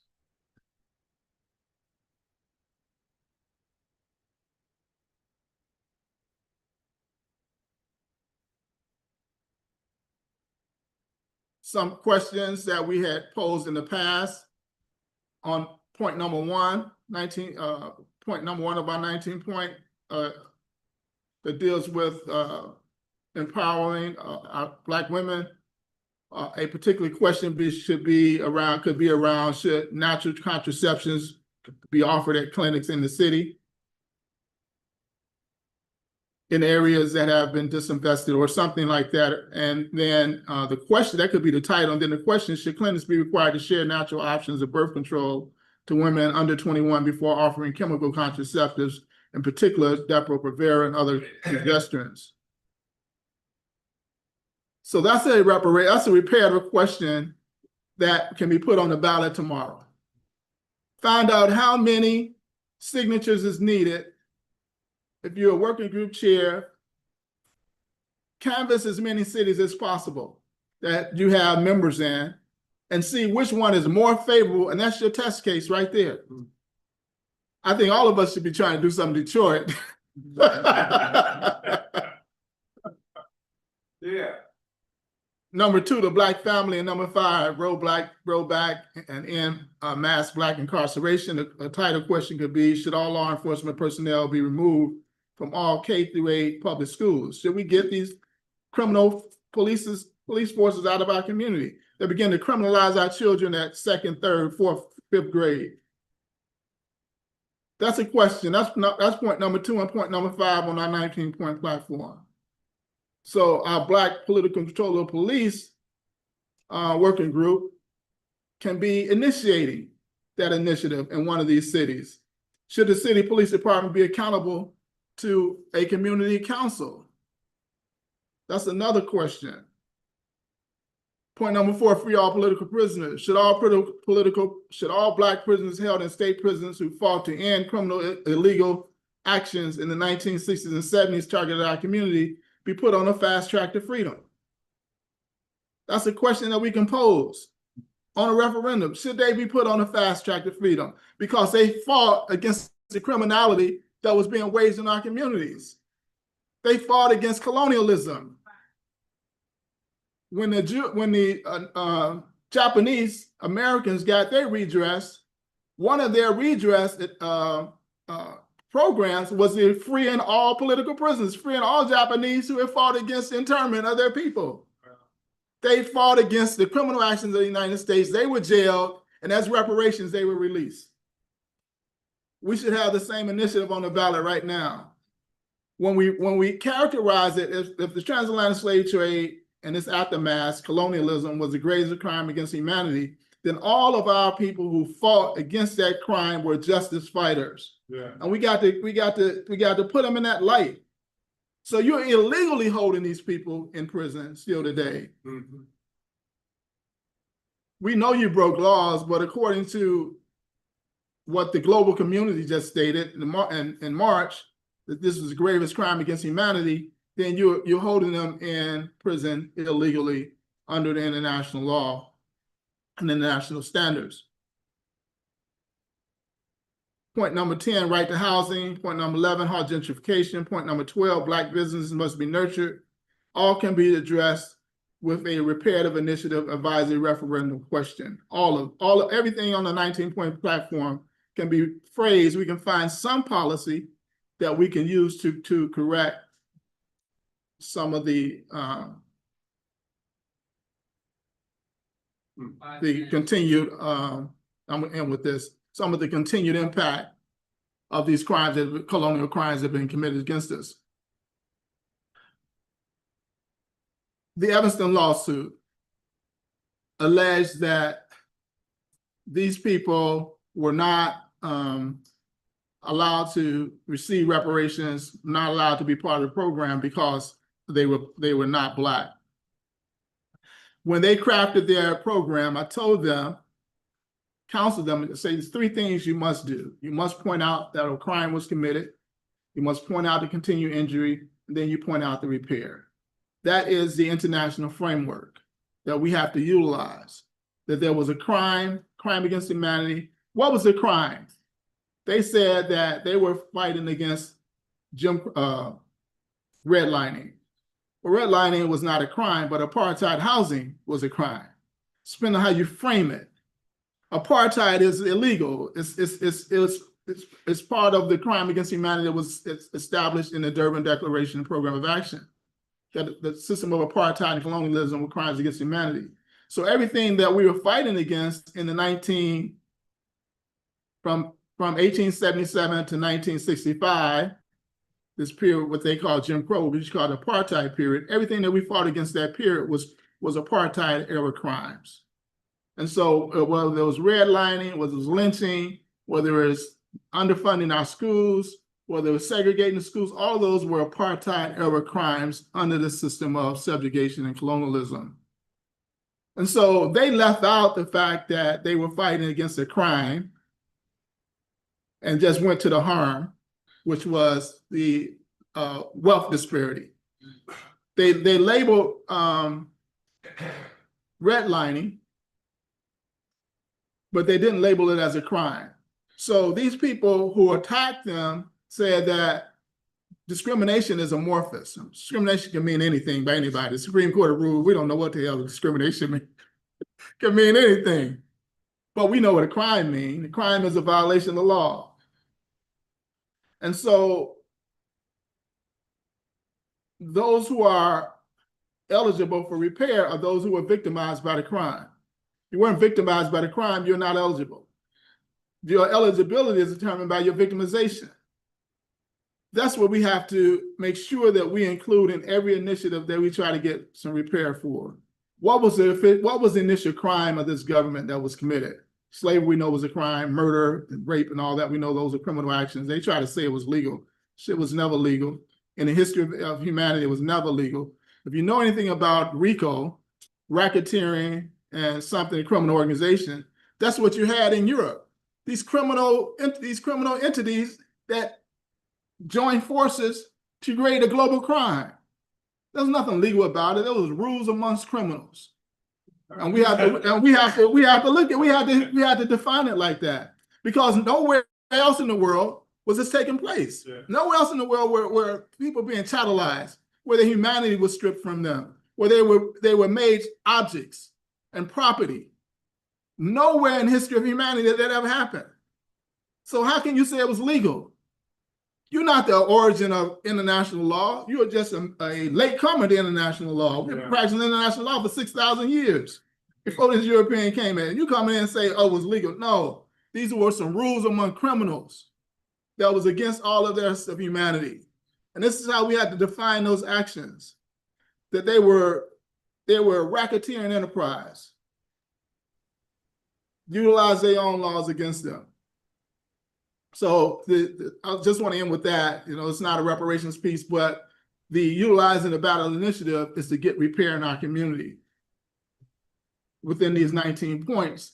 And that repair has to be, that argument has to be crafted in a way that crimes were committed, there's a continued injury of those crimes, and this is the redress that remedies that injury from that crime, right? It has to be a straight line, right? When we do that, we defeat the federal government threats that is in violation of the Constitution. If this is a so-called law-abiding country and crimes were committed, those crimes have to be addressed until there's no longer effect of those crimes, according to their law. Right? So we indict the criminal. As the chairman said, we have to continue to indict the criminal in everything that we do. Uhuru. Uhuru. Thank you so much for that very empowering discussion and presentation. And I liked a lot of your suggestions. I think we need to discuss them even more because I think they're excellent ideas. Also, I just want to explain something to people. Please, if you have any questions, if you're in the Zoom room as an attendee, if you have any questions, please put them in the Q&A because we can better follow them. If you put them in the chat scrolls and we can lose them. And people are asking excellent questions. And also, I just want to let people know as well that we're going to have another panel discussion about how to beat the machine. And then afterwards, we are going to have a 30-minute session for Q&A.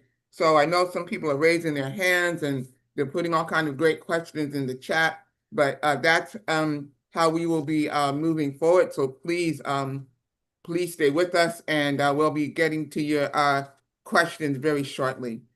It gives me an honor to introduce the the next presenters, as always. This next presentation is it's a panel discussion about how to beat the machine. It's going to be key, and they're going to be discussing key aspects of running for office, like fundraising, campaign strategy, message development, getting out the vote, campaign staff, technology, voter registration, education, precincts, opposition research, and legal research. And we're going to have Brother Charles Barron, Sister Inez Barron, and Sister Akili Anai, who's going to be part of that panel discussion. So the next person I'm going to introduce is Brother Charles Barron, who has been a community activist for over 50 years. In 1969, in need of a vehicle to express his desire for justice, Barron joined the Harlem branch of the Black Panther Party. After his Black Panther experience, he attended New York City Community College, now known as New York Technical College, where he obtained an associate's degree. He then attended Hunter College, where he acquired his Bachelor's of Arts degree in sociology with a minor in elementary education. In 2001, Barron was elected to the New York City Council. He served as chair of the Committee on Higher Education for over 8 years and was a member of the Committee on Education, Consumer Affairs, Immigration, Land Use, Planning Depositions and Concessions, and Women's Issues. As a council member, he secured funding to renovate 3 parks totaling over $15 million. He secured allocations for 2 new $80 million schools. He was the #1 council member in Brooklyn in securing real affordable housing. He secured millions of dollars for funding for the Black Male Initiative, the City University of New York, and millions of dollars for a workforce development project that generated over 6,000 jobs in neighborhoods of high unemployment in New York City. At the final session of the City Council, Charles was described as the conscience of the City Council. And after 3 4-year terms on the City Council, he was term limited out of the City Council in 2013. And on November 4th, 2014, he was elected to the New York State Assembly. He is a founding member of the East New York-based organization Operation Power.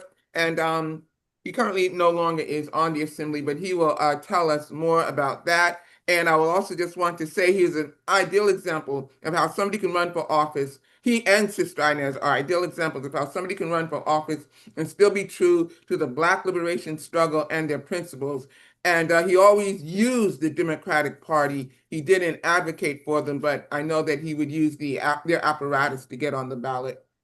Uhuru, Brother Charles. Uhuru, comrades. Oh, and also, you have 20 minutes for your presentation, and Sister Inez, you have 20 minutes for yours as well. Uhuru. Uhuru, comrades. All of that was said was also done by this beautiful, brilliant sister right here, Inez Barron. We both spent a combined 34 years in the electoral arena. I had 7 years in the state assembly and 14 years in the New York City Council. Inez had 8 years in the New York City Council and 5 years in the New York State Assembly. We want to say off the top, the electoral arena is not a panacea. We're not going to be able to vote our way to liberation. It has its limitations along with its benefits. So we did how to beat the machine. We added some things on this time. Inez is going to break down on how you do the gritty, grimy, everyday work to beat the machine. And I want to just add a little part to how to beat the machine title. How to beat the machine, staying Black, radical, and revolutionary. Because anybody can put some strategy together to beat an incumbent of the machine. And just defining the machine, when we say the machine in New York City and in many cities across the country, we're talking about the Democratic Party machine. Just about every Black community that's majority Black community, it is the Democrats that control the vote, and it's the Democrats that control the seats in that community. Our opposition was not Donald Trump. It wasn't MAGA. It wasn't no white nothing. It was the neo-colonial Black sycophant puppets of the Democratic Party. So when we say the machine here in our beloved Brooklyn, East New York, We're talking about the Kings County Democratic Party that has a connection to the real estate industry. That's how they get their money. To Wall Street. That's how they get their money. To the unions. Many of the unions support the incumbents. To all the incumbents in Congress and the state assembly and the city council. That's part of the machine. And to community-based organizations that the machine funds. So when you run, you're going to have a lot of CBOs that say, I'd like to go with you, but I'm getting funding from the machine. That's the machine. Clergy that's looking for property and looking for programs are part of that machine. So when we run, we don't run just against a candidate because the machine is so organized and have so much funds and structure and influence over people. They could run Donald Duck and beat you because that's how the machine operates. I want to start off differently this time. We usually start off with a power analysis and define the machine and messaging. I want to share something with you that we haven't shared in the past because it's critical in terms of the time we're living in and why we say we got to use this electoral process because of its power. But we want to offer ourselves some constructive criticism. And the reason why we're doing this time is because we think we're going to start winning some of these races in the future with our electoral school here, with our revolutionary approach to electoral politics. First, ideology is critical. When you do organize to beat the machine, oftentimes the ideological development of the people you're working with has a lot to be desired because sometimes people could just respect and appreciate you or just hate the machine so much that they just don't vote. And so you bring some life to them politically. But one of the things that we had a challenge of doing, and that was the succession of leadership. You see, we did great, as all that you've heard and what we always talk about. Inez will talk more about that. But where we needed some serious pull-ups, we were victims of our success. This is why I want to caution you that I believe you're going to win eventually, if not sooner than later. But when you do win, there's a price you pay. See, we won and became victims on another sense of our success, and that is this. Operation Power was a small group of people that came together around my city council campaign. So when we ran, we beat the machine. I got the city council seat. We also got the state assembly seat with Inez, but also they have district leadership positions in our communities. They control elections, the election day operation, election day workers. We beat them there too. The male and female leadership, I was the male leader, and those are Democratic Party positions. Inez was the female leader. We had 4 positions. Then another structure of the machine is the community board. We won the majority of the seats in the community board. We wiped out the Democratic club in our district. I don't think anybody in the city or the state has wiped out a Democratic Party club in their district, especially being Black radicals, revolutionaries. We wiped out the club, but here's 2 important pieces to that wipeout that we succeeded in doing, but then fell short toward the end of our tenureship. And that is the community positions on the, what is that? Democratic Party Community committee. The committee positions. There's 300 committee positions in every one of our districts. The Democratic County Committee positions, that's what I was looking for. So the county committee in every district is about 200-300. Most of those seats remain vacant. So we got a majority of them, 100, 150 we filled, but we left 150 unfilled because the opposition only had 50 or 60.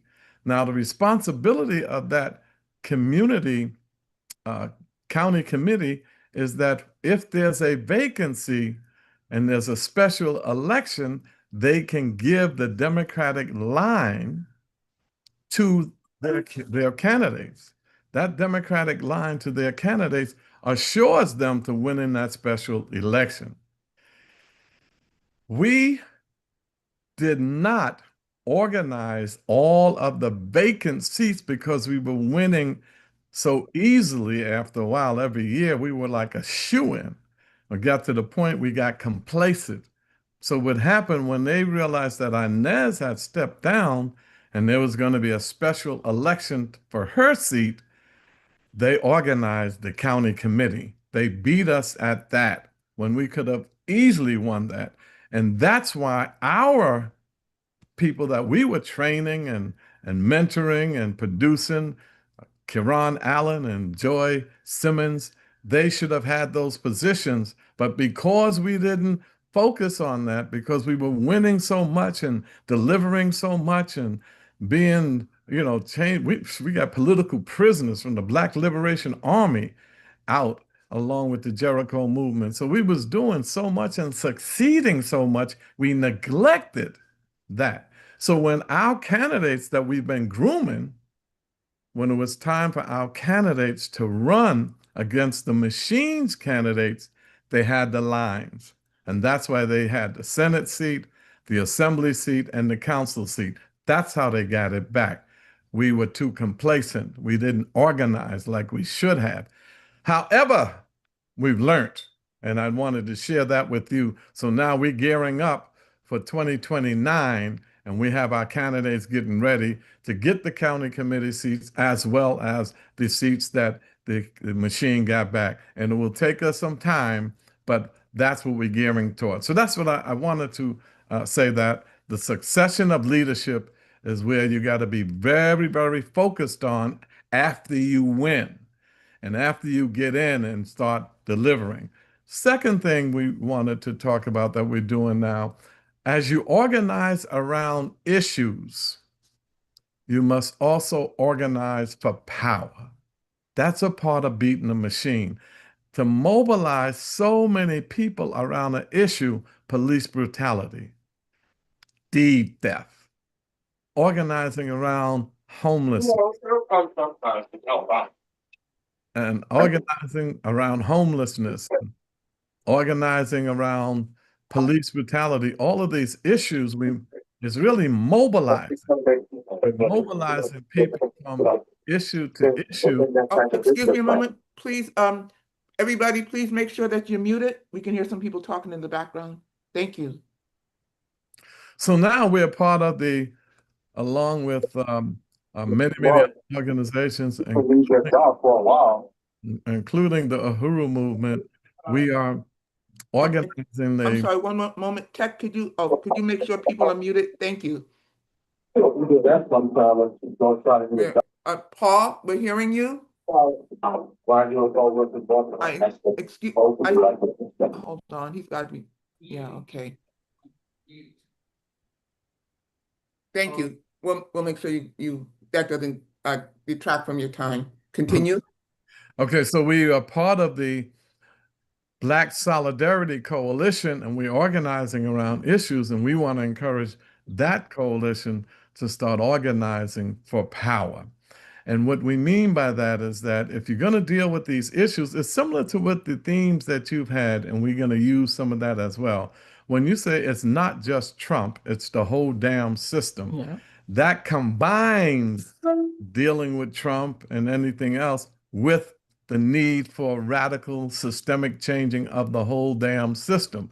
So we're saying things like, it's not just deed theft, and we had the chairman on with us on our radio show, it's the whole damn system. It's not just police brutality, it's the whole damn system. It's not just fighting against ICE, it's the whole damn system. So that keeps the issues connected to organizing for revolutionary change and organizing for power. So when we say that we are fighting and using the electoral arena, and we've done it well. We were able to beat them, and Inez is going to lay out some of that. We were able to beat them for all of these years. We got to understand when we say it's not just gutting the Voting Rights Act, it's the whole damn system. Remember this, and this might be challenging for people. Our people didn't die for us to vote. They weren't fighting just for us to vote. They were fighting for freedom. They were fighting for liberation. And in that fight, which they were ready to give up their lives for, voting was a strategy in it. You know, desegregation was a strategy. They weren't fighting to sit next to whites in some lunch counters or sitting in the front of some buses. They weren't fighting for you to vote. Yeah, you got a Civil Rights Act and a Voting Rights Act, but the fight was for freedom. The fight was for liberation. And that's what we got to keep connected. So when we say it's not just Trump, it's the whole damn system, let's use the electoral process to gain power so that we can do the things that we did in our community and raise revolutionary consciousness as we go along. And the messages have to be to our people that, vote now because, people die for you to vote. No, the message is that your vote now is going to be for radical revolutionaries who will deliver parks, who will deliver schools, who will deliver a message of liberation to go along with the things that are materially necessary for you to survive. And that's why the great revolutionary of Guinea-Bissau, Amilcar Cabral, said, bear in mind, our people are not fighting for ideas in your head. They're fighting for material benefits, and they're fighting for a future for their children. Tell no lies and claim no easy victories. So now we're not just in this to help people fill potholes. No, we're in this for liberation, and say, after you get your house, after you get your job, after we stop gentrification, which we did do, after we do all of that, you got to be a part of the movement for liberation, because this colonialism and the capitalism that's creating domestic colonies, we have to use the electoral process where there is power for us to make the kind of changes and to make the kind of offensive attacks that we need against the colonial capitalist system. That has to always be a part of the strategy and tactics. So we say get involved in that electoral arena, and you can do it different kinds of ways. We decided to use the Democratic primary as a strategy. Others will use the general election and build independent parties to do it. Straight ahead, we fought for the Freedom Party, and we'll also be continuing to build an independent party, because that's the bottom line.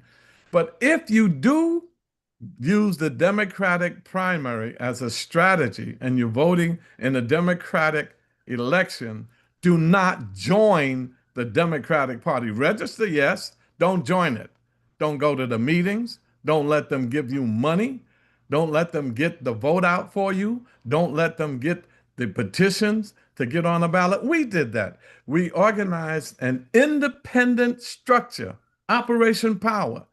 They sent me letters and wanted to give me tens of thousands of dollars because they knew we were going to beat them. Or we'll get the signatures for you. Don't need you. We'll raise some money for you. Keep your money. We can get you some endorsements for the unions. We'll beat you and the unions. We know some clergy that want to back you up. Yeah, well, tell them, no, I was going to say go somewhere, but I can't say that. Tell them no thanks. No thanks. We did it without the Democratic Party. That's why they hate us. They used our people and we use them. They were also trying to kick us out of the Democratic Party because we don't register people to vote in the Democratic Party. That's not our thing. You know why we don't? Because we're not trying to build the Democratic Party. We're not like the white left, AOC and Bernie Sanders trying to move the Democrats to the left. That's a bunch of bull BS. They ain't trying to move them nowhere. They're trying to move themselves up in there. So We're not trying to move them to the left. We're trying to get African people to do a mass exodus from the Democratic Party and start an individual, independent party. But in the meantime, this is an in the meantime strategy. Let's whip them at their own game in their own districts and city councils across the country and state assemblies across the country. Let's whoop their behinds and deliver for our people, but don't let our people be satisfied with getting material benefits from you without raising their revolutionary consciousness for radical systemic change, where we need to dismantle the entire colonial capitalist system and join with our brothers and sisters in Africa, particularly the Sahel region in Africa, and rise up. And as we always say, don't be so trumpetized that you don't realize that revolution is on the rise in Africa. And we, in the belly of the beast, they say we're 51.2 million strong. If we voted together in a revolutionary way, if we organized our dollars together in a revolutionary way, we would be freer than we've ever been since we've come to this country. So I'll close with this. This is the greatest time to be alive. This is the greatest opportunity we have to really do the things that our people really died for. Not voting. And I'm saying you should vote, but that's not why our people died. They died for freedom. They died for liberation, and we have a responsibility to them. Straight ahead, Uhuru. Uhuru. And now it gives me even more honor to introduce our next presenter. And I just have to say this, living so close to New Jersey, these two have inspired me so much, because they let me know through their example that I don't have to capitulate and I don't have to sell my soul. So I just got to tell you that. But Ms. Inez Barron has been a community activist and a longtime educator since the 1960s. She is a graduate of Hunter College of the City University of New York with a Bachelor of Science in Psychology and Bank Street College of Education with a Master of Science in Reading and Special Education. She was a teacher for more than 36 years with the New York Public Schools. In November of 2008, she won the election to become the state assemblywoman for the 40th district. Like her husband, New York Councilman Charles Barron, she is known for her stance in defense of the Black community. Ms. Inez Barron served in the New York City Council for the 42nd District from 2014 to 2021. Uhuru! Ms. Barron, Inez Barron. Yes. Thank you, Lisa. Yes, and I like to say Inez and Charles Barron. Thank you so much. It certainly is an honor and a privilege to be asked to be a part of this panel, and the Black is Back Coalition, talking about fighting for social justice and reparations. We're pleased to be a part of that. I'm just going to briefly highlight 4 aspects of the campaign: getting out the vote, campaign staff and team, researching the opposition, and the legal research that has to be done. So when we talk about getting out the vote, a lot of people think of that last push towards Election Day. But getting out the vote is an ongoing process with all of the elements from the time that you say you're going to run. It intersects with a lot of other elements. It overlaps with other kinds of things that have to happen along the way. So it's not any one structure restricted to any given number of days. It's for the entire process of getting on the ballot, getting the work done, getting in the street, touching the people, getting the word out. And your target is going to be housing projects, perhaps, your community. It's going to be homeowners. It's going to be apartment buildings. And you're going to target those people by trying to get to each of the people that you're targeting at least 7 times. Mm-hmm. How are you going to do that? What methods are you going to use to get to those populations? You're going to do mailings. You're going to do robocalls that people get on their text, on their iPhones. You're going to do special events. You're going to have posters that are all over the community that people are going to see them in abundance. You're going to do lit drops. That means going to people's apartments and their homes and putting literature in the door. You're going to do canvassing. That means making door-to-door contact, knocking on as many doors as possible to get your candidate known to these people. And you're going to use the media, the print media, the radio, all of that is going to be used for that candidate. So those are 7 or 8 different methods that you're going to use to help get the vote out. And when you do that, you've got to make sure that your candidate distinguishes him or herself. Why is your candidate the best candidate? How is your candidate going to represent the community? Is your candidate been around? Has your candidate been involved in talking on the issues that are important to the community? Do people say, oh, yes, we've seen him, we've heard her, we know what they have done in the community? So you've got to do all of that and some. You've got to get volunteers.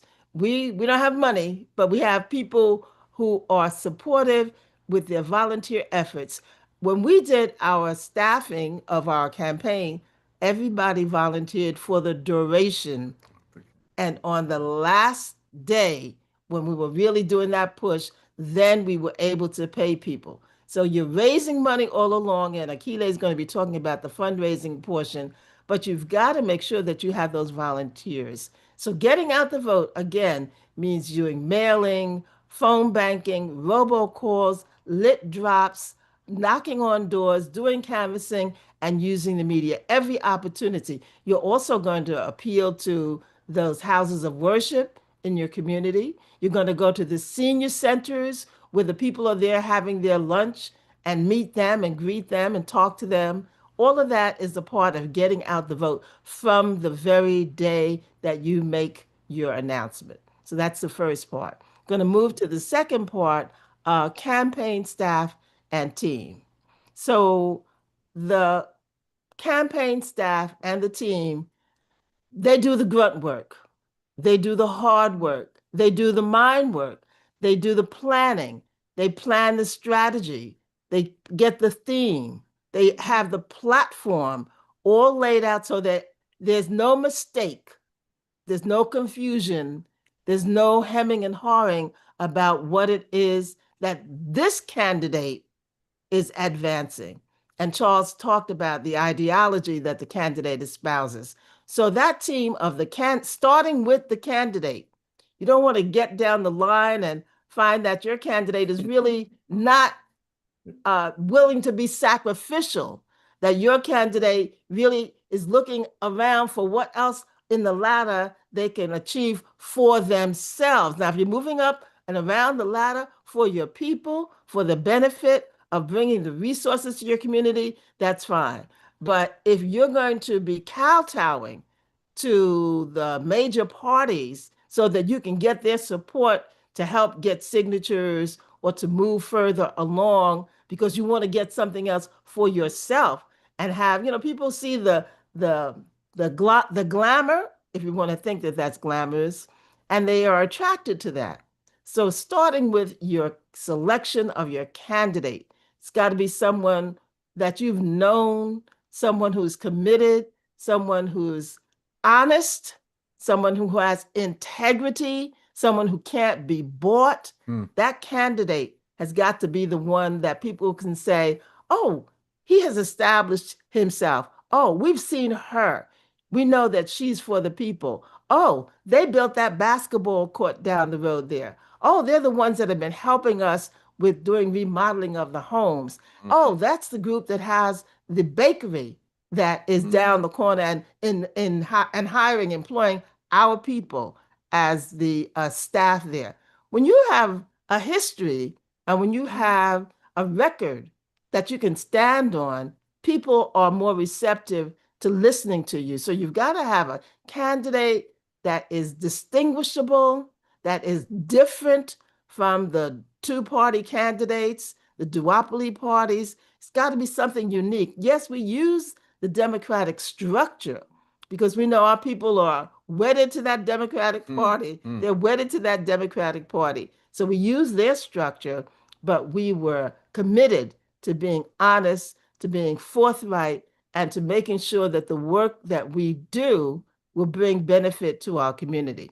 So the campaign staff, you got to have a lawyer. We had to pay the lawyer because we wanted to make sure we had someone who was qualified and who was established and who knew campaign law.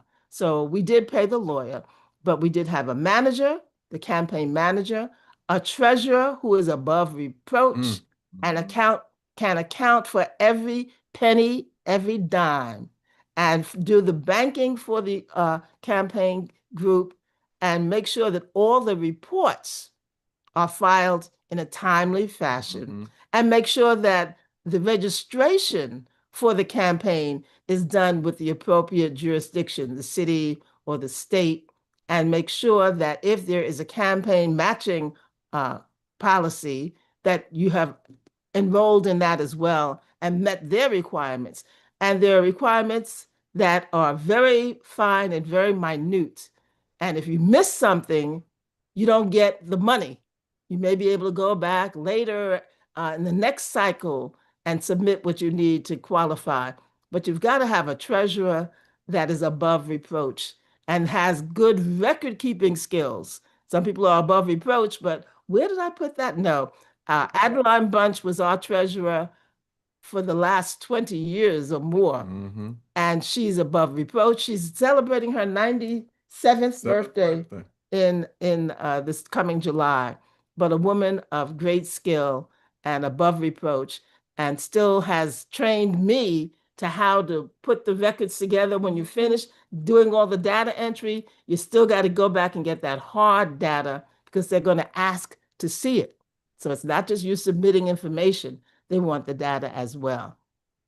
So it's a campaign manager, treasurer, volunteer coordinator. That's another important part. Volunteer coordinator, as well as the outreach coordinator, the person who does the street work, who has the teams that are going out and setting out specific areas in a given day using a pattern of attacking and reaching out to those voters in designated areas so that we can maximize getting those petitions signed. You have to have an office. The team's going to come together. They're going to have the theme. They're going to have the platform. They're going to man an office to the best of their ability. Oftentimes people are working and they're doing it, in addition to their work. But if you have a visibility in the community where you have someone sitting there that they can come by, see the work that's being done, get some literature. The campaign team has got to design attractive literature. Sometimes, if it's overbearing with a lot of text on it, it's not going to be as impactful as boom in your face, something that's, to you, the ballot or the bullet, it's in your face. And you can do the explanation, extension in another format, but you've got to make it attractive, colorful, inviting for them to sit and read. It's often said that people don't read as much as they used to, so you've got to draw them in to look at your literature and to get your message out. Also having town hall meetings, having special events, and making sure that you establish the protocol of reaching out to those communities, those community leaders with credibility, to let them know that your candidate is running and have your candidate interact with them, seeking their support or allowing you to come to their organizational meetings and present their platform to their members. Media, get the media, get attention, find ways to capture those issues in a succinct way. Make sure you have your sound bites because they're going to clip it. Make sure you repeat the most important part of what your message is in those sound bites because you don't want them to edit out the part that was most important to you. So make it succinct and make it memorable. Have a memorable phrase that people can do. Moving on to research of the opposition. They say all politics is local.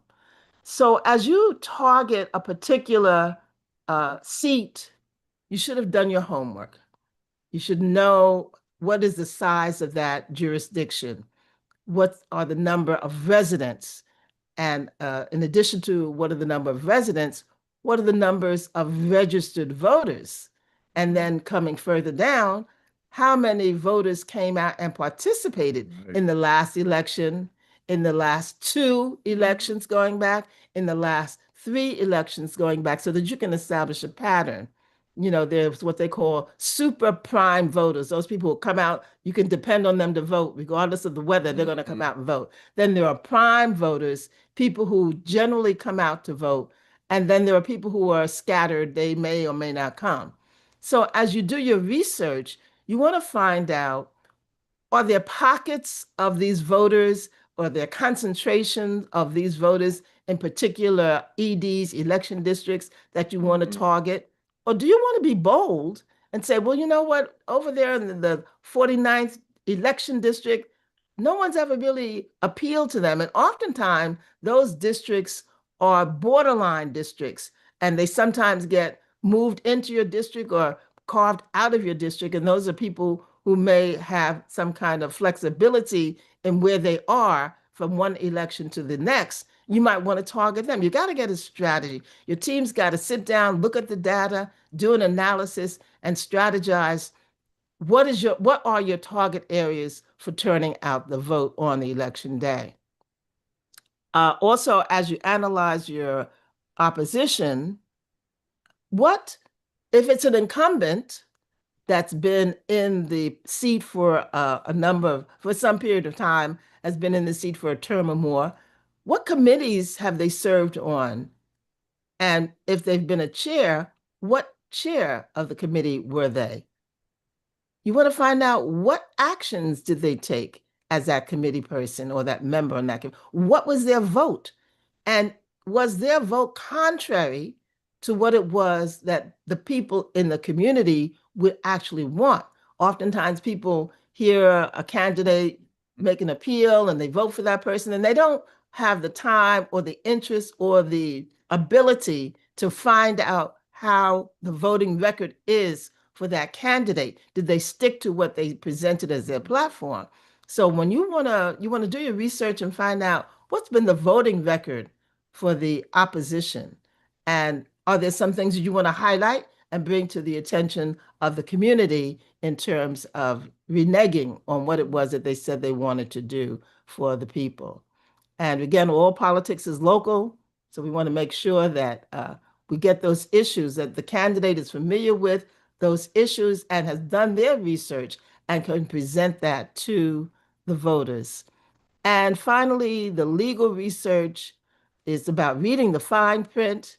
It's about dotting the I's and crossing the T's. It's about meeting deadlines ahead of time. The day before is better than even the day of, because if the day before and you catch an error, you may be able to go back and get it corrected and submit it in time for the deadline for that. So what are the required number of signatures?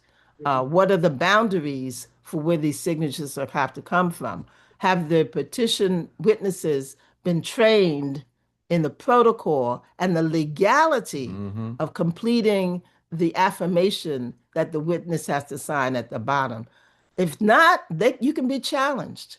And those petitions from that person, if they were not collected in the proper manner, can be discarded and they will not be counted as a part of that. And then were you cleaning your petitions? Were you looking over them? Did you get your signatures directly from the book?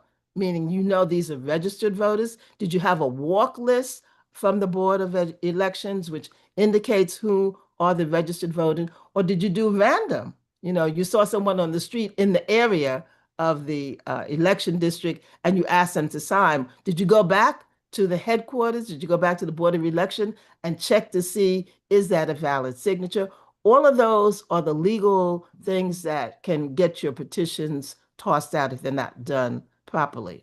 For the election itself, is it a plurality and whoever wins the most votes is the winner, or do they need a majority? And if there is no majority, will there be a runoff? Or Is it ranked choice voting, where the votes go through a round of being counted, and finally the person who has the majority gets that? So you need to know that structure, because you may have different strategies depending on the structure of the election itself. And then finally, on the day of the election, you've got to pull out the vote. You should have canvassed people in advance, and you want to follow up with that canvassing. Hi, we're calling again to ask to make sure that you're going to go vote for our sister Akili. Have you voted yet? Do you need someone to go and come and pick you up and take you to vote? So those are the things that you need to do, because that's the last. People will forget. People say, oh, is it today? Yes, it's today, So you've got to make sure that on election day itself, you have a dedicated person who is the election day coordinators. We had 2 or 3, and they arranged the volunteers. Well, at this time, the election day, we did pay people. I think we paid $200 for the day. And we gave them lunch and breakfast and dinner, celebratory dinner. But the election day coordinator has arranged teams. So each team had its own captain, and the captain made sure that people were where they were supposed to be during the day, and didn't just, come pick up literature and do other things. Sometimes people are distracted. I'll be generous. So we had sign-in sheets. The captain would go around to make sure that at each of the polling sites that we were using, the people were there at the time that they said they were assigned to be there, and had them sign so that she could validate that, yes, in fact, these people worked at this polling site for these numbers of hours, and they signed that they were paid by check for the work that they did. And I am attesting to the fact that they were there. You can get caught up in a lot of mess if you haven't done the fine points and put a system in place that assures that people were paid for actual work that they performed. And then celebrate your victory. What is your victory? Your victory is that you brought people together. You may not have gotten a seat.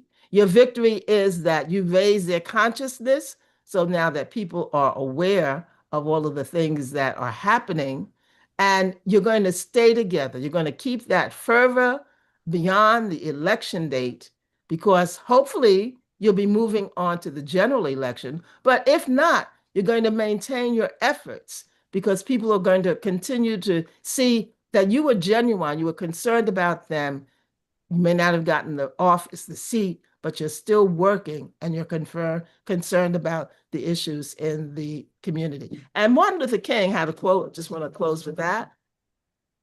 He said, "The American system does not work for the masses of our people, and it cannot be made to work without radical, fundamental change." Thank you. Uhuru. Uhuru. And thank you again. And we're going to make sure that we get all of this information out and this messaging and all of that kind of stuff, because it is just so powerful. And I love what you said about how to use the Democratic Party. I'm taking notes. So, Uhuru, thank you. Our next presenter, and although I am older than this next presenter, older by quite a bit, I still want to be like her when I get older. She is just so strong and has so much determination, and her work has really inspired me because she's also so courageous. Akili Anai, at 20 years old, she took on the international campaign for justice for 3 Black teenage girls who were drowned by the Pinellas County Sheriff's Department, that traveled the country on a speaking tour and raised thousands of dollars toward legal fees. At the same time, Akile ran for city council in 2017 alongside her running mate, Jesse Neville, for mayor. She ran for city council and Jesse Neville ran for mayor, making them the first candidates in the world to run on a platform of reparations to the Black community. This campaign made national news, getting featured in every magazine, the Washington Post, and the popular radio show, The Breakfast Club. At the height of the campaign, Akili led a march of over 200 people through the streets of downtown St. Petersburg, demanding a city united through reparations. Since her run, she was appointed as the Director of Agitation and Propaganda of the African People's Socialist Party, and making her the youngest member to sit on the National Central Committee of the African People's Socialist Party. She is currently editor-in-chief of the Burning Spear newspaper and has many other media institutions under this department. And I know that she's also run twice, at least that I know of, and every time that she runs, her videos go viral for her strong stances and her positions. Sister Akelia Nai Uhuru! Uhuru, Sister Lisa. Woo! Uhuru. Uhuru, comrade. I go ahead and get started. Yes. Okay, And right on. 20 minutes for the presentation, Uhuru. Uhuru. And I'll put up some slides here in just a moment. I'm going to be primarily speaking on the fundraising, the technology that we can use as part of our outreach strategy, and also talking about, some really specific level organizing as it relates to, getting down to the precinct. But before I get into my presentation, I just want to salute my leadership, Chairman Amalia Shatella, and the African People's Socialist Party. I also want to salute Deputy Chair Onedzene Shatella, and specifically with the chairman and being able to provide this revolutionary analysis of how we can participate and utilize the electoral arena as a tool to organize for the total liberation of Africa and African people, which, as it's been established, is the primary basis for our movement entering into the electoral arena to begin with. The struggle to be able to vote in this country was a part of a process of struggling to achieve power, and it wasn't viewed then as the means of the which we would get our liberation, but it was seen as a tool for organizing, and that's exactly the tool we use it as today. And the African People's Socialist Party has participated in electoral politics since the very beginning, and has laid a very clear anti-colonial foundation for our participation in the electoral process. And I also again salute Deputy Chair Onedzene Shatella and the incredible work of the Black Power Blueprint. And I emphasize this because this is work that happened outside of the electoral arena, that this was something, in fact, attacked by those who sit in political office, attacking the ability of African people to be self-determining after, being put in a situation where, we live in, a constant state of oppression, exploitation, being pushed out of our communities. We don't have, just the basic means and necessities to even, maintain dignity as a people. And so, the African People's Socialist Party, the Uhuru movement, and under Deputy Chair's leadership has, brought the means by which African people can participate in establishing our own liberated economy and developing the capacity for self-determination, again, outside of the electoral process, which just shows us that the electoral process is a tool in the arsenal, but is not the be all end all. And I just think that's such an important point. It's especially in light of this electoral campaign school and the recent attacks on the democratic space that African people have fought to open up. And I also really salute the comrades who participate on this panel, Sister Inez and Charles Barron, because it was at I believe the 2017 electoral campaign school where I saw Brother Charles talk about, his runs for office and being totally inexperienced, being a new candidate in the city of St. Pete. It was very inspiring and very helpful to see how, like putting this all into practice, what that could look like, and that you can be revolutionary, that you can carry forward, the anti-colonial message of reparations and anti-gentrification and anti-police containment versus, embracing a public policy of economic development for the African community. We were able to put that forward without fear, without, belly crawling. And we saw that in real time embodied in, these comrades who were candidates, but, are also really important anti-colonial, figures in the electoral process. So I just really want to salute these comrades who, have really set the tone for this entire panel. And so just some of the things I'll be going over. First is technology and online outreach. And this really became significant to us coming out of the colonial virus, COVID-19, when the world was shut down. And but political campaigns, electoral campaigns don't stop. And so we had to figure out how to be able to reach a voter base and win support over our demands and our overall campaign, while having to social distance and live behind computer screens. But now we have the best of both worlds. So we employ the ground game, that strategy, which is the most critical part of our strategy. I want to emphasize that is the most important, that the online supplements, but it is not is not the primary tool that we want to use. We want to be on the ground. We want to be face to face with the people and bringing people into the process, because we're building an anti-colonial social movement in the process of making waging this electoral campaign. So again, technology and online outreach should be seen as a supplement to that ground strategy. But with that being said, you do want to establish a social media team. The social media team should consist of a handler for Facebook, Twitter or X, Instagram, and also TikTok. In recent years, just looking at some of the more popular social media forums where most people are engaging on, you want to make sure that your campaign is represented there. You want to create content constantly, the 3 C's. Use your campaign platform as a primary place to pull content inspiration from. This, so you don't have to make up or figure out like what kind of material you need to be putting out.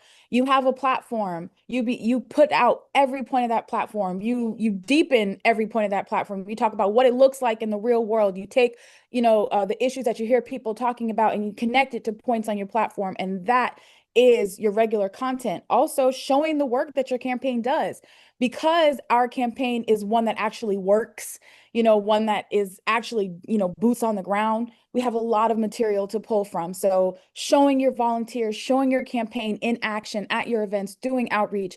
These are also, content ideas that you can be, using to create regular promotions on social media for your campaign.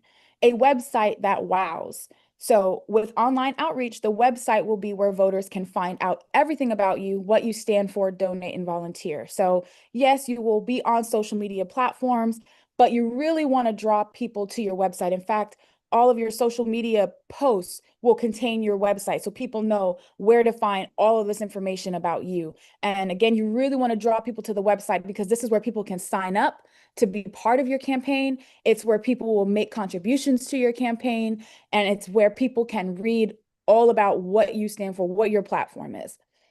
So do not give some significant attention to the website, making sure that it's user friendly, that there's no difficulty in accessing the different donation forms, sign up forms, etc. Have somebody on the team that knows how to build the website. And there's lots of website builder tools as well, so it's not like starting from scratch if you're concerned about that. And somebody with some basic computer skills and tech savvy can figure out how to build that website, again, that is going to be user friendly and create a dynamic experience for anybody visiting. And then voter database tools. So Brother Charles and Sister Inez spoke, said something very important about the Democratic Party and the resources available through the Democratic Party. And some of these resources you can only access by being affiliated with one of these parties. And it was something that we ran up against when we were in 2017, because when we ran in 2017, we ran, I believe, non-party affiliated. And then we were locked out of debates, which was new. And they developed that that new requirement just for us, just for when we started participating. But they had they cut us out of debates. They had these software tools that we could not access. And so we ended up having to develop, our own. And I'll talk about some of that as well, just in terms of some things that you can do if you are, really struggling with or opposed to, accessing these tools because of having to register as a Democrat. You don't have to join the Democratic Party like comrades Charles and Inez stated. You don't have to join the Democratic Party. You don't have to support the Democratic Party and and adopt a Democratic Party line and work to build the Democratic Party. But registering as a Democrat to open up the resources that are available might be something really important and strategic to your campaign. And just like in the case of Brother Charles and Sister Inez, we also were able to penetrate local Democratic Party clubs. We had treasurers and presidents stepping away from their posts to support our campaign, because all of these forces are potential forces that can be won to our political line, our platform.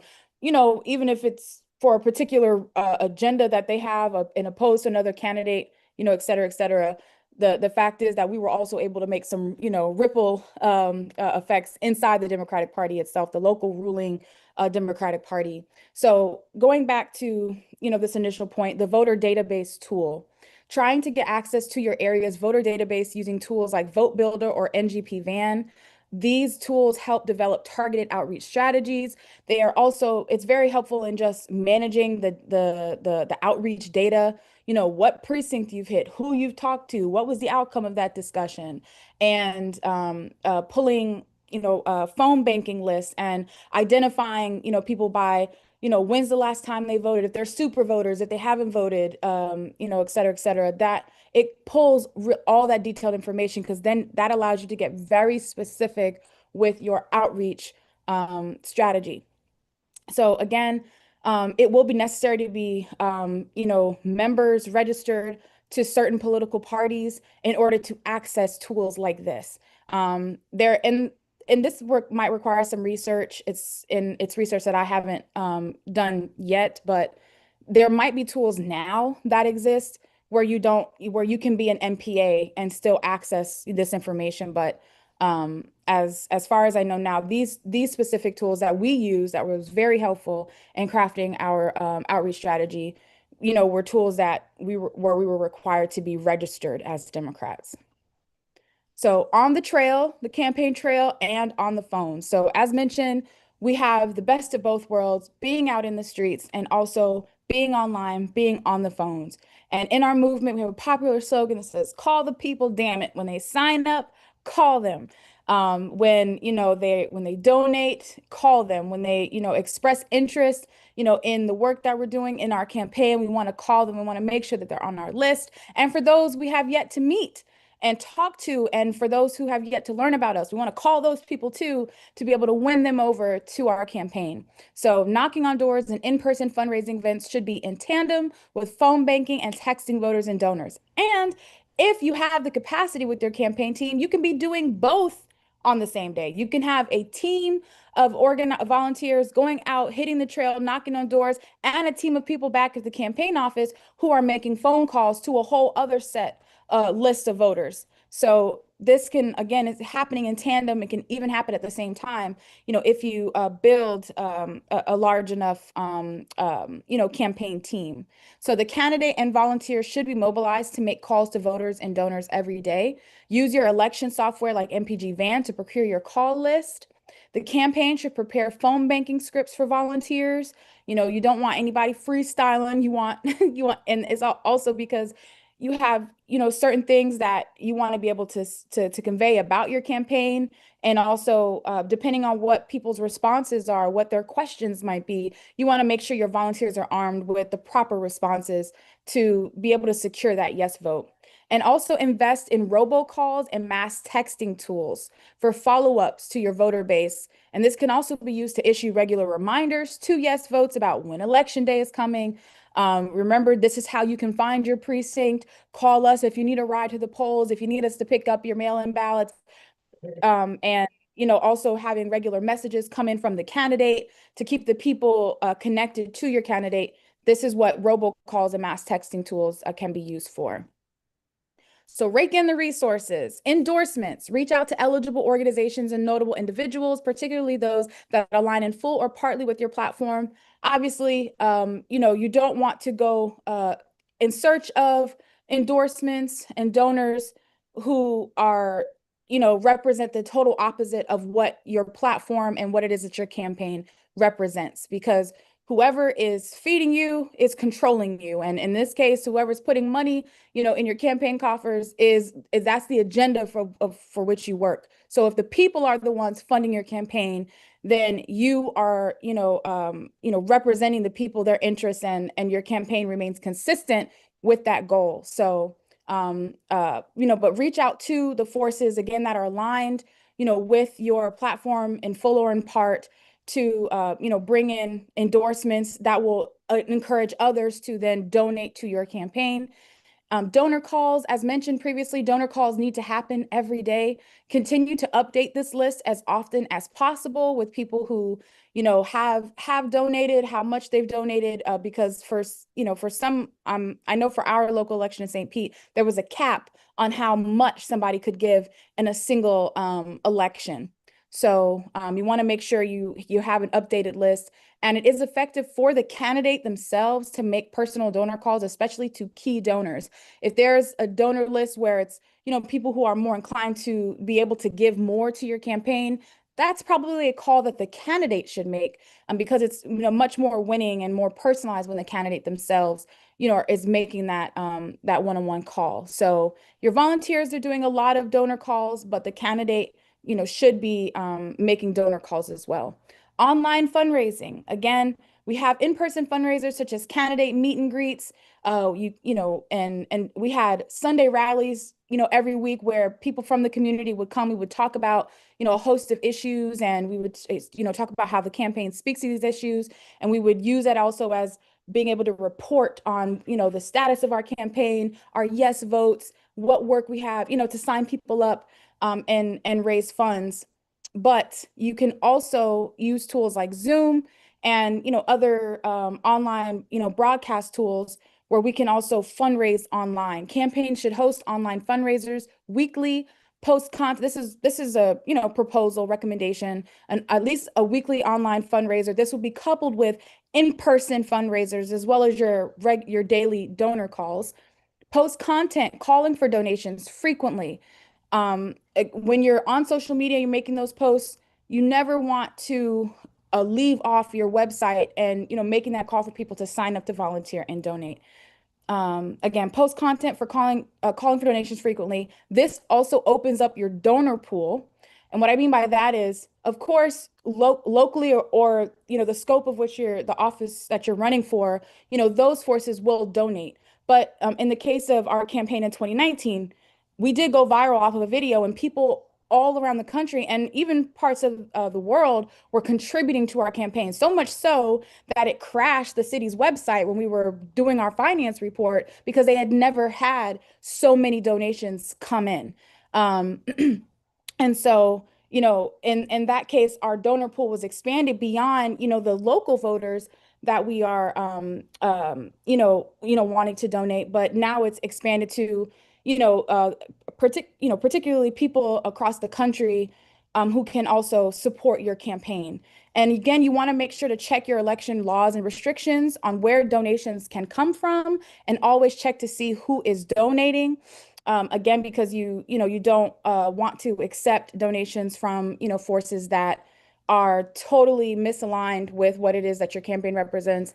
And also, you want to make sure you're not violating any election laws. In the case of 2019, we refunded all of the forces who came from out of the country. We refunded all of them their money, because that's what the requirements were. But again, that donor pool was opened up. And then send out weekly or daily HTMLs, whatever your campaign's capacity is, and post memes with fundraising goals and victories. Let the people see the success of their efforts. So, being able to share the different successes, even if it's not necessarily related to fundraising, you still want to, be communicating with your campaign and those who signed up, maybe not to volunteer, but just signed up with your newsletter because they want to see, how what your campaign is looking like, the success of your campaign, because that also gives people confidence to vote for you.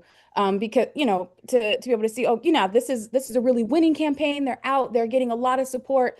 I can really get behind this campaign. So allowing the people to see the success of their efforts is really important in those weekly newsletters. Setting your fundraising goals.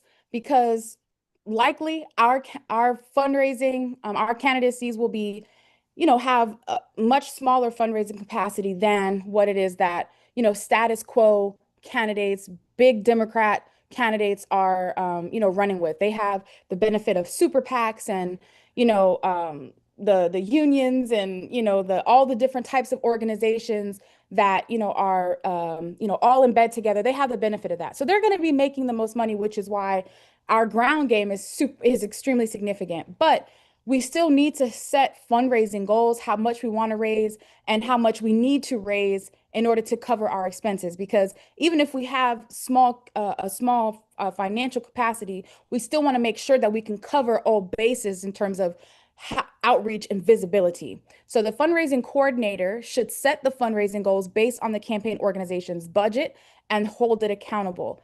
We also want to break down where resources will come from. So not just what our expenses are looking like, but where are we going to be bringing in resources to cover all of our expenses. So we're looking at phone banking, online events, endorsements, memes, and of course, that this is not an exhaustive list. There are different ways in which the campaign can, work to bring in resources, but that's something that your campaign can decide based on your capacity.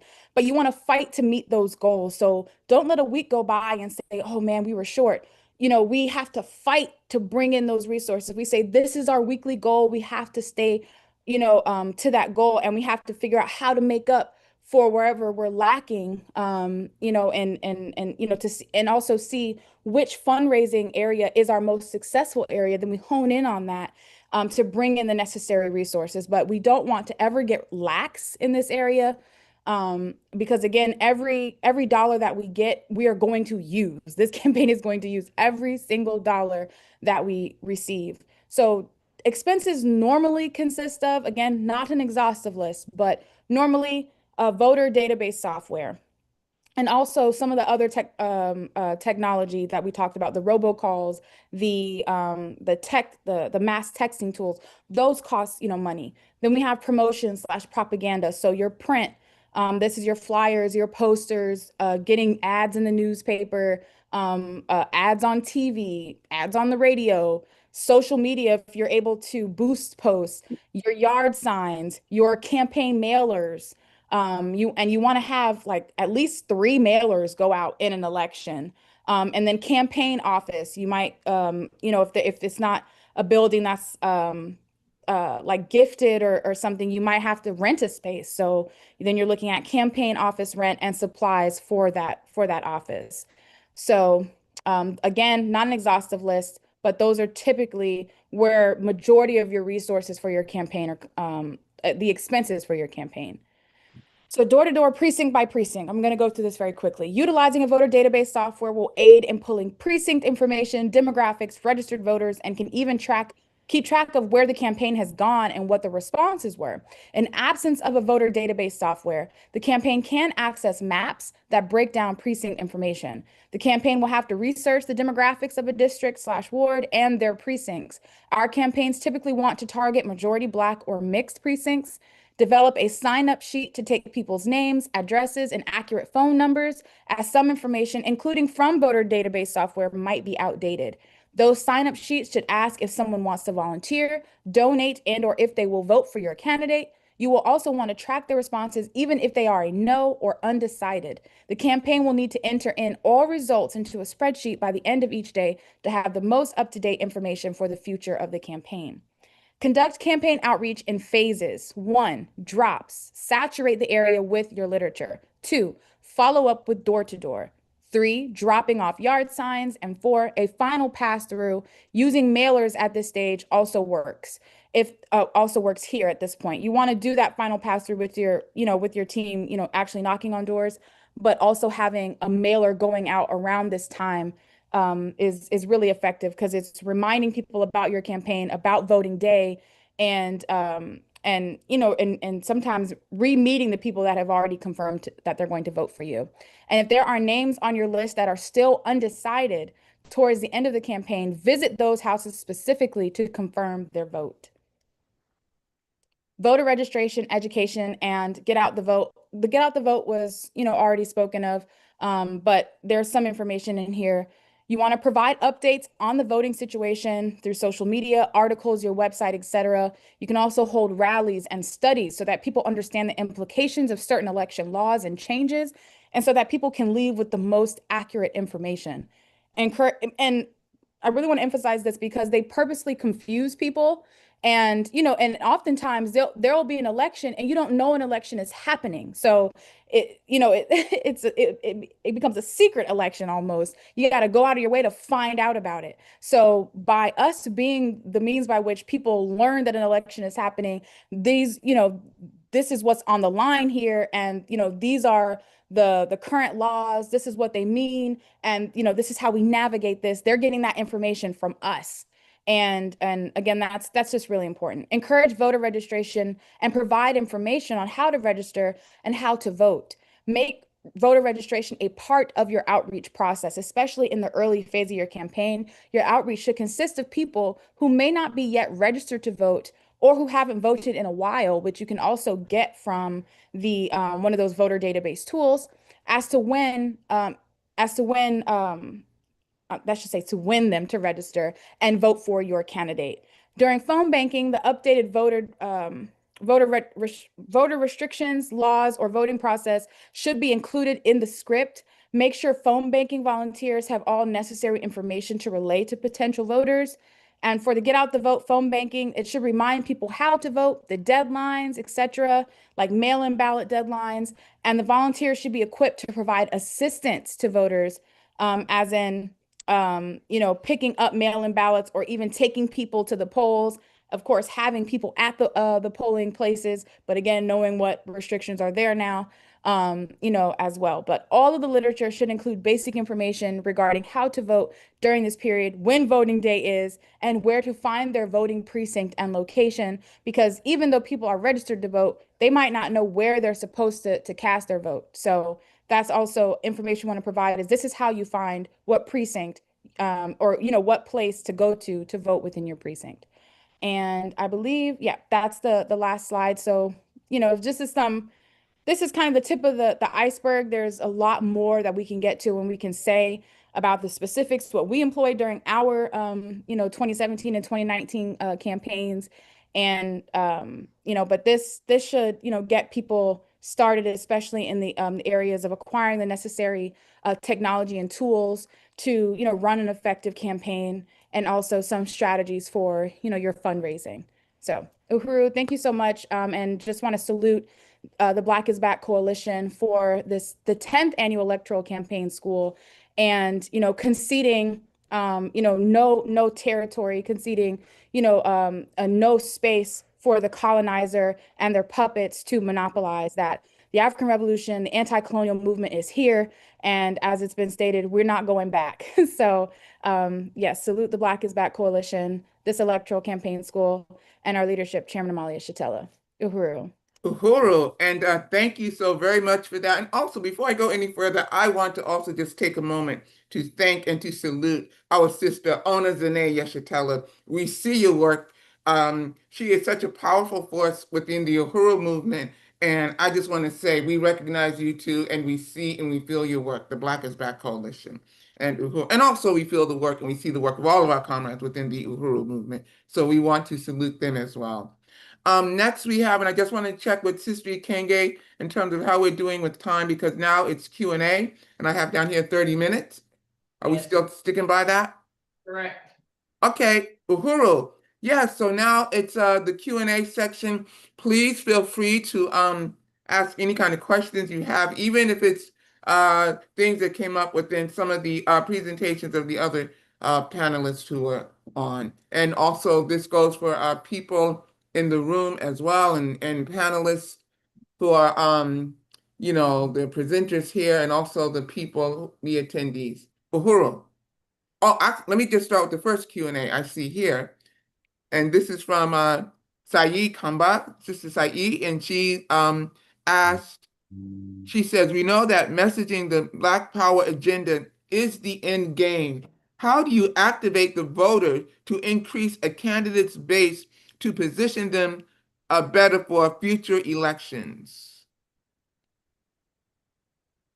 Right, and she said, she also says, I would like to know what tactics you recommend in terms of voter engagement during the race and after. Uhuru.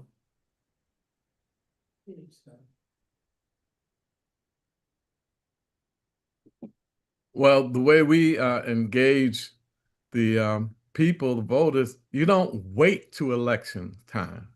You got to be out in your community organizing before you decide to run.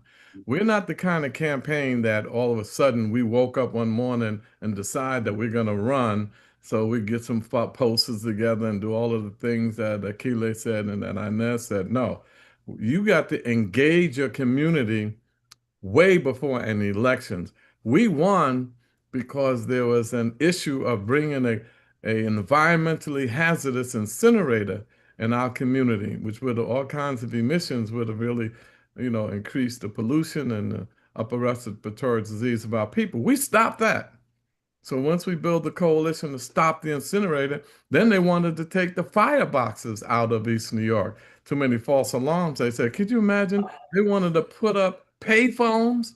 You got to have a quarter to call the fire department. We said, get out of here. We stopped that. And we had a few police brutality issues.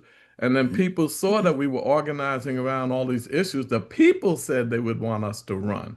And then once that happened, was able to address their issues. But I say be up on the issues and don't just think this is about electoral politics. Uhuru. And if I could add to that, I really appreciate that response. And, with the Uhuru movement, that's something that, we've been doing since the, the period of the late 1960s and 70s. And so the people knew, Chairman Amali Eshitela, they know the Uhuru movement. And in fact, when the media tried to slander us, say you're the Uhuru candidate, you wear that with a badge of honor because it's like, yes, candidate. This is what I'm attached to. All of the programs, the institutions, the work that this movement has done over decades that the African community certainly recognizes. Right.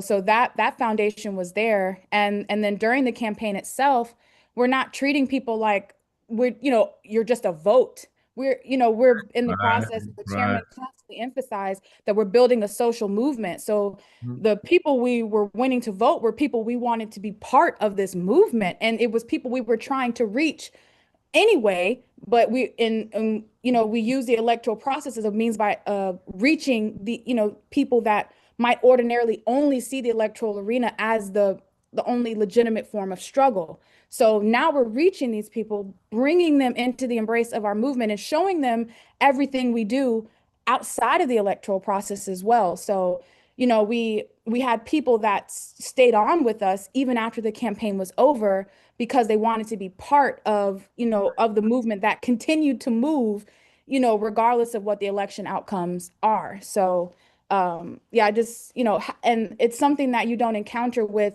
the ruling, Democratic Party, just in terms of, they treat people as like campaign workers for that purpose and then, gone the next day. Whereas, here it's like, this is like, grassroots active, community organizing work that people are drawn to because of the fact that they are living under these conditions of oppression, exploitation, and they need to be able to deal with that. And so, they recognize that in our campaign, but in our movement, they recognize that this is what we're taking on. So I think that was, a really important part. And we didn't limit who, we interacted with based off who was registered to vote, if they could vote, because we know the statistics of, Africans who, have been labeled felons and can't, vote and think we said, come on, be part of the campaign as well. So yeah, those are just, some of the things I would add.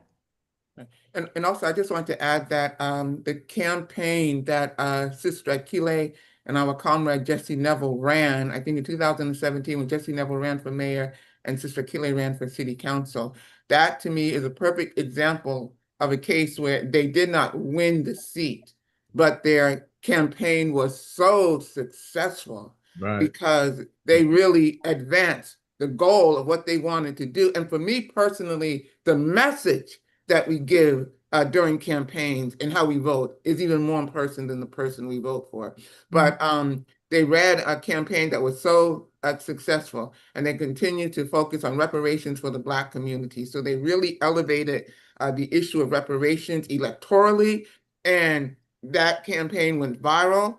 And as a consequence, as a result, and I definitely do see this tie-in, the next presidential election that there was right after that campaign, Marian Anderson put reparations on the ballot. And I know that that campaign had to influence. Sometimes you influence people in ways you don't even realize that you are. But that's one of the things that we should keep in mind when we talk about this. Do we have any more questions, or did you all want to say anything else? Or anybody wants to answer anything? Panelists, anyone? People in the room? Are there questions in the room?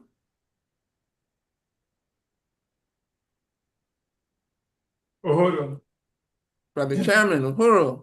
I'd just like to express my appreciation for the presenter. Just extraordinary for the work that you do. And I do want to make an observation, general observation. There's a tendency sometime in that movement to apologize for participating in the electoral process. We got to stop that. We can't be apologetic. I mean, they killed Malcolm to keep us out. They killed King to keep us from taking the very same messages that we're talking about now, taken to the people. That's we have to. It is correctly described as a tool, but it is something that our oppressors recognize confers an element of legitimacy to what it is that we do. It gives us access to the people, takes us beyond the small meetings that we're normally going to have and just talking to a handful of people. Give us so much greater access, and gave Malcolm access. Now Malcolm's going to have access to the electoral process. He's going to be able to take that 1964 ballot or the bullet thing that talks about Black nationalism, what it means. That's what Charles Barron is doing. Black nationalism, he says that politically, it means we should control the politics and the politicians in our community. Economically, we should control the economy, and socially, we should control. Black people should do this. This was his program. And King, with his poor people's campaign, etc. That's the kind of stuff that these candidacies, these campaigns that we're talking about, advance. That was the stuff they tried to stop when they killed Malcolm and they killed King. Except we don't apologize for furthering the work that Malcolm and King had initiated to advance our struggle for liberation. And what they did when they killed them was they made so many people opposed to elections because it pushed people back into the safe embrace of the Democratic Party. So you have the Democratic Party platform. You don't have a Malcolm X platform. You don't have the platform that King was talking about. You just got the Democratic Party. And so what we're doing now with this process, I think, is furthering the aims of our liberation movement that were being pursued by our struggle for freedom, for Black freedom, against colonialism, et cetera. So I just want to I think we have to stop apologize for using the electoral process. I think we can condemn those sellouts who take this process that Malcolm and King and all these other people tried to pursue and were killed because they were taking us, that's part of what our campaign platform is. Right. We're finishing the work that was begun, here, et cetera. We're using the elections because the people need to recognize when they attack us during these election campaigns or anything else, they're attacking that process. And that's one of the reasons in 2022, July, that they attacked our party and our movement because we were furthering those campaigns that they thought they had shot out of existence. Sister Fia, I see your hand up. I just want to raise one issue that somebody asked a question about, and then I will call on you. But Sister Kile, when you were showing your PowerPoint presentation, Edith Thomas asked, can we share this info? And I just want to say that this is being live streamed, so it's available on live stream as well. But I don't know if she meant if the PowerPoint would be available as well to be shared if people wanted to get a hold of the PowerPoint. Uhuru, yes, I can share these slides with the Black is Back and then however the Black is Back would like to disseminate it. Yes. Okay, great. But just know, everybody who's watching, this is being live streamed as well on the Black is Back Facebook page and maybe on YouTube. So you can share the information that way as well. And Afia, your hand is raised. Yes, my hand is raised. First of all, I just want to salute the Black is Back Coalition, of which I am also a co-founder. That's right. And for proceeding, and the chairman, more specifically, for his snickerification campaign, as is symbolized by the election school. It was a part of the Freedom School movement, and the independent political party movement that we at one time, under the auspices of SNCC, Yes. did such training as he has re-established. And it is the Atlanta Project's position paper and call for a Black agenda, as is embodied and reflected in the 19 points of the Black is Back Coalition. And to emphasize the necessity for not only an agenda, but holding candidates to that agenda. As Imam Jamil Alameen, formerly known as H. Rap Brown, used to say, Black is necessary, but it's not sufficient. Right on. That we have to have an ethical standard that folk hold to, that agenda from which they gain our support. I would point out, with regard to using the Democrat Party mechanisms, and I do encourage that, again, it's whatever tool by any means necessary, as Malcolm would say, but and also to recognize the changing rules. For instance, here in South Carolina, there are open primaries, which means you can vote in either the Republican or the Democrat primaries, which is interesting because they used to use the primaries as a way to exclude us from being able to participate in the process. And on one hand, to be able to strategize around that, we were able to strategize around the open primary to get the Martin Luther King holiday in Greenville County, which is the last county in the United States to have a Martin Luther King holiday. They are now have on the ballot a referendum that requires registration of the various parties, so that we would no longer have that option. So that is a point to definitely be mindful of, and to be pay attention to the referendums and the impact that they will have on the options that we have in using this, albeit limited, tool. Uhuru, Black Power. Uhuru, uhuru. That's the nitty gritty. That's right. That's right. That's the nitty gritty. Yeah. Sister Belinda, I see your hand raised. And also, just one bit of warning, if you all do use the Democratic Party apparatus, please also remember to get a hazmat suit. Just that's all I'm saying. That's all. Sister Belinda, yes, get a hazmat suit, gas mask, all that stuff. I'm trying to unmute myself here. Yes, I just want to appreciate this dynamic presentation by our sister Akile. Just very impactful information, very important information.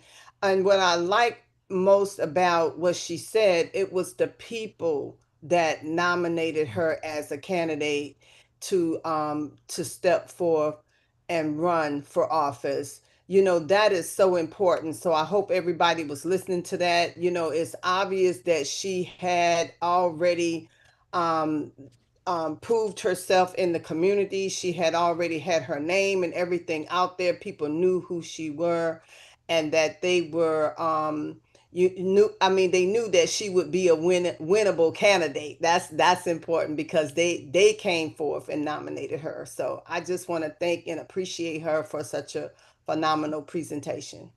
Gosh, We have people in the room in Yes, St. Louis.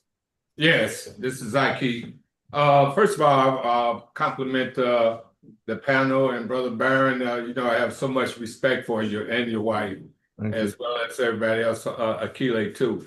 But I just wanted to go back to the presentation Brother Cam Howard had made mention of the initiatives, campaigns to put stuff on the ballot. And just inform people right here in the state of Missouri, last year, Ms. Copyright and myself was at a rally at the state capitol building, which was packed in terms of people speaking out against the gerrymandering that's taking place here in Missouri, but also the attack on initiative ballots. Yeah.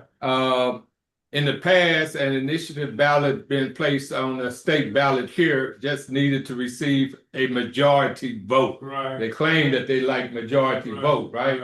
But they're trying to change it to where in order for the initiative ballot to be successful, you have to have a winning vote in all of the congressional districts. So that, you know, in terms of, say, if the district in the urban area overwhelmingly votes for it, but you don't receive the vote in the rural area, then it goes down to defeat. Yeah. So again, they claim democracy, but they be just hypocrites. Yeah. And I just wanted to bring that to the attention of everybody. Yeah. The ongoing battle, even trying to push an initiative ballot statewide. That's right. Yeah. Yeah, if I can make some comments on the initiative ballot, here in New York, they have another process. If the people come up with some initiatives to put on the ballot, it gets bumped. It's the mayor decides to put forth initiatives. So no matter what the people do, unless the mayor decides he or she is not doing initiatives, it gets bumped. So in this last election that Mamdani won, there were 6 initiatives put on the ballot, and they were all at disempowering the city council on the land use issue. If we didn't have the power, we would have been gentrified. Well, these initiatives said no. The initiatives that's on the ballot said the 51 council members who had the power to determine what was going to be built in their local communities, it took it away. Those were Eric Adams' initiatives. Yeah. He took the power away from the city council and said there's going to be 3 people on an appealing board. So if the council member says they don't want this because it gentrifies, they can appeal to a 3-panel board of the mayor, the speaker of the city council, and the borough president that can overturn what the city council did. And so Mayor Adams was the worst mayor we've had since Rudolph Giuliani. And Mamdani decided that he was going to vote for Mayor Adams' initiatives. And he voted for them when he got in. He voted for mayor control after he was against it when he was running. Democracy. Yeah.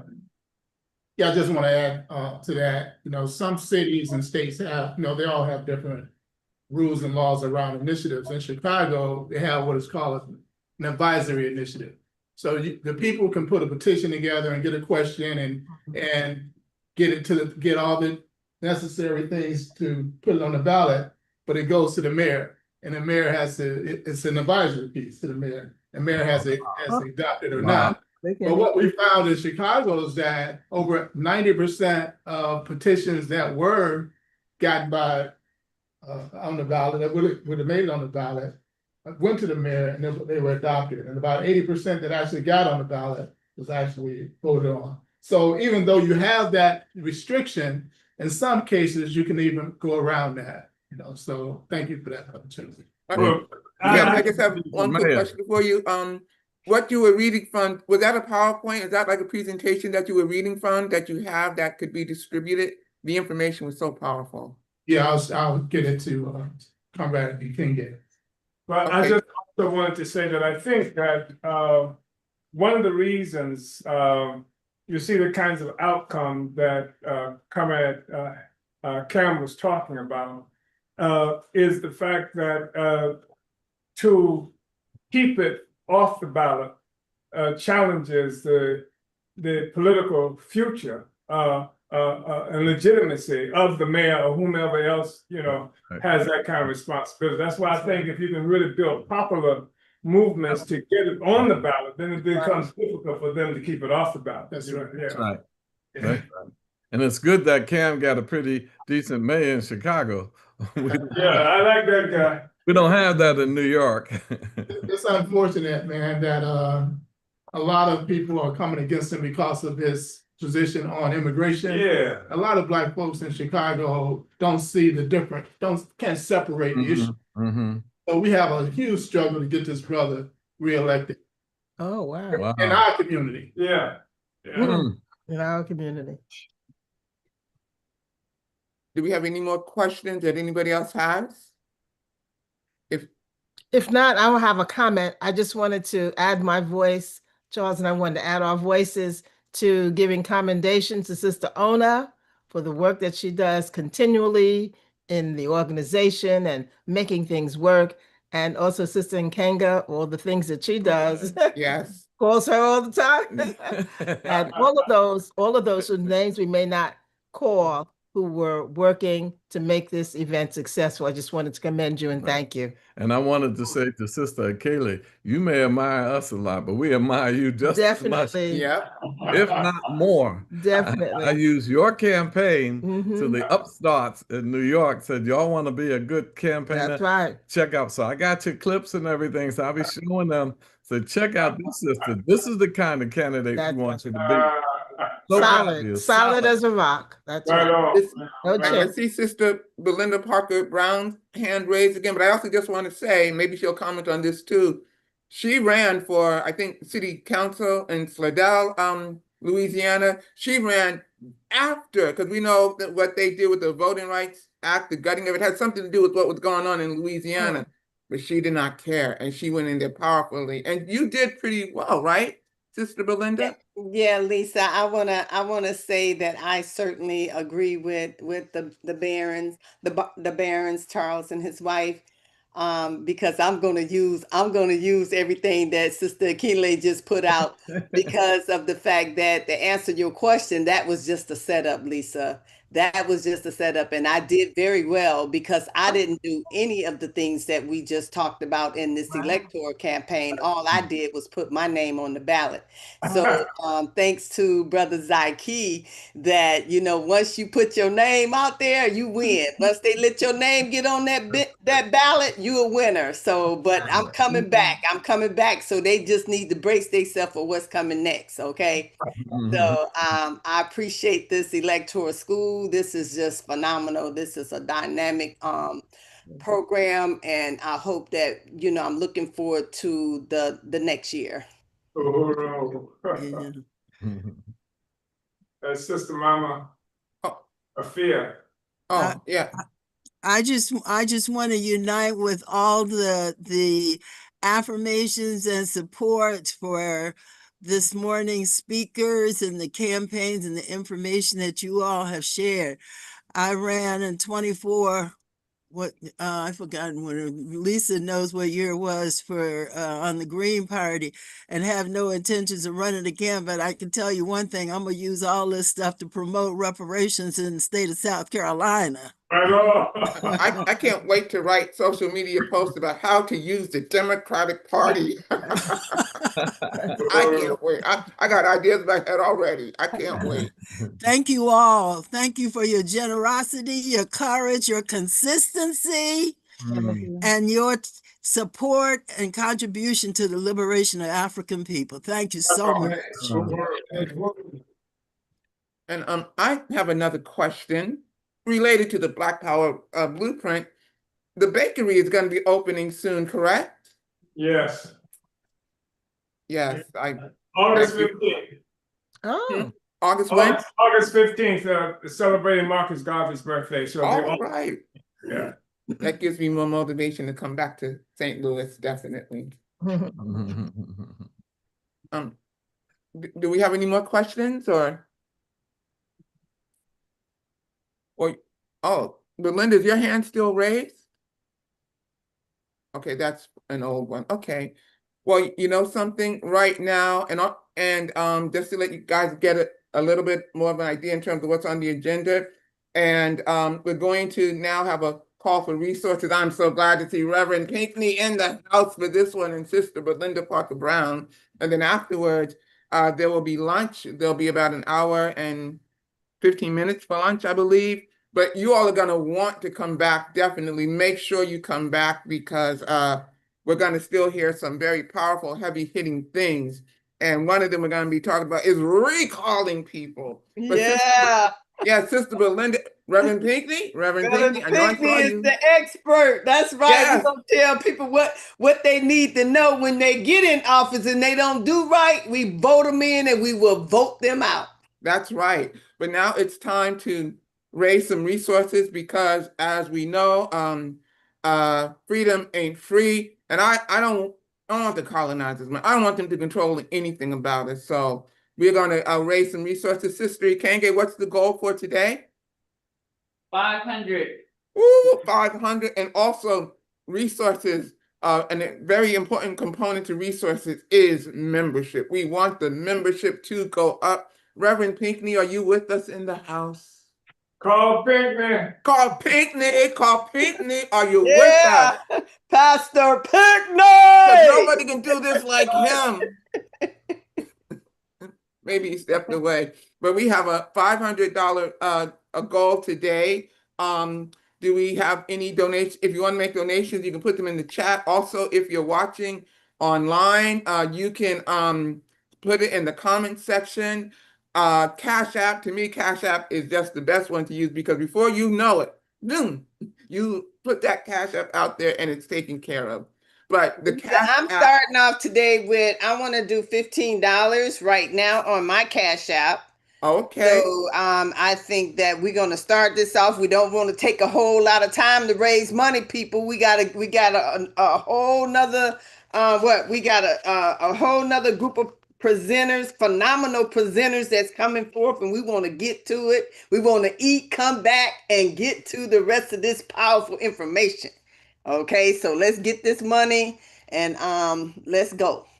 That's right. And to donate online, you can go to www.blackisbackcoalition.org/donate. And that's how you can donate. Also, any amount that you want to pledge, you can do it in installments as well.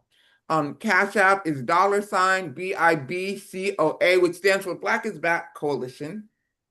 And Lisa, I have a question. Okay, yeah. so if someone make a pledge, would that count towards our amount for today, or would they just like if they make a pledge right now for one of our programs, like the Marcus Garvey, for instance, would that pledge count towards?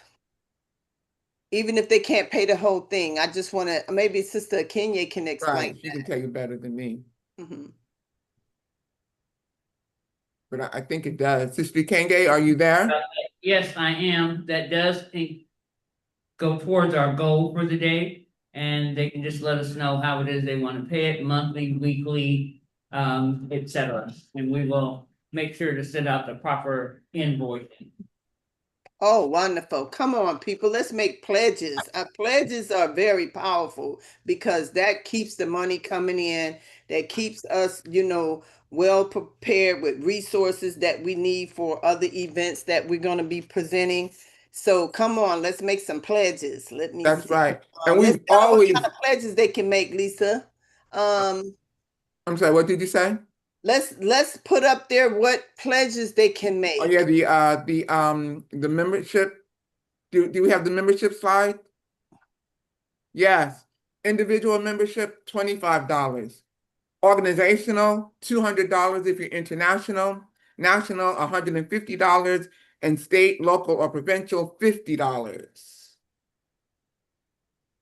Oh, somebody just said they'll donate Johan Benningfield. Johan, Comrade Johan Uhuru. He donated, he said he donated $25 late yesterday. Oh, okay, wonderful. Well, we appreciate that. Yes, we do. We've always operated in the black, and that's the only way to Because operate. we're We want to black continue is this. back. We are black is black, and we're gonna operate in the black, deep in the black. So Yes, indeed. you know what? Sister Belinda, I'll match you $15. I'm gonna All do it right, right now. Lisa. Yes. Where is Pastor Pinkney? Yes, Reverend Pinkney. He must have stepped Uhuru. Oh, Come on in, Pastor Pinkney. Come on in. Yes. Make it rain, Pastor Pinkney. Yes. Do we have any donations in the room, online? There's no amount too small and certainly none too large.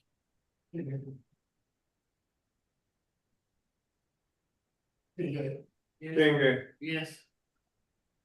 Let's Well, go through again the membership. Next slide.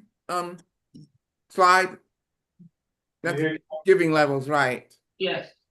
I see, I pledge to renew my national membership at 150.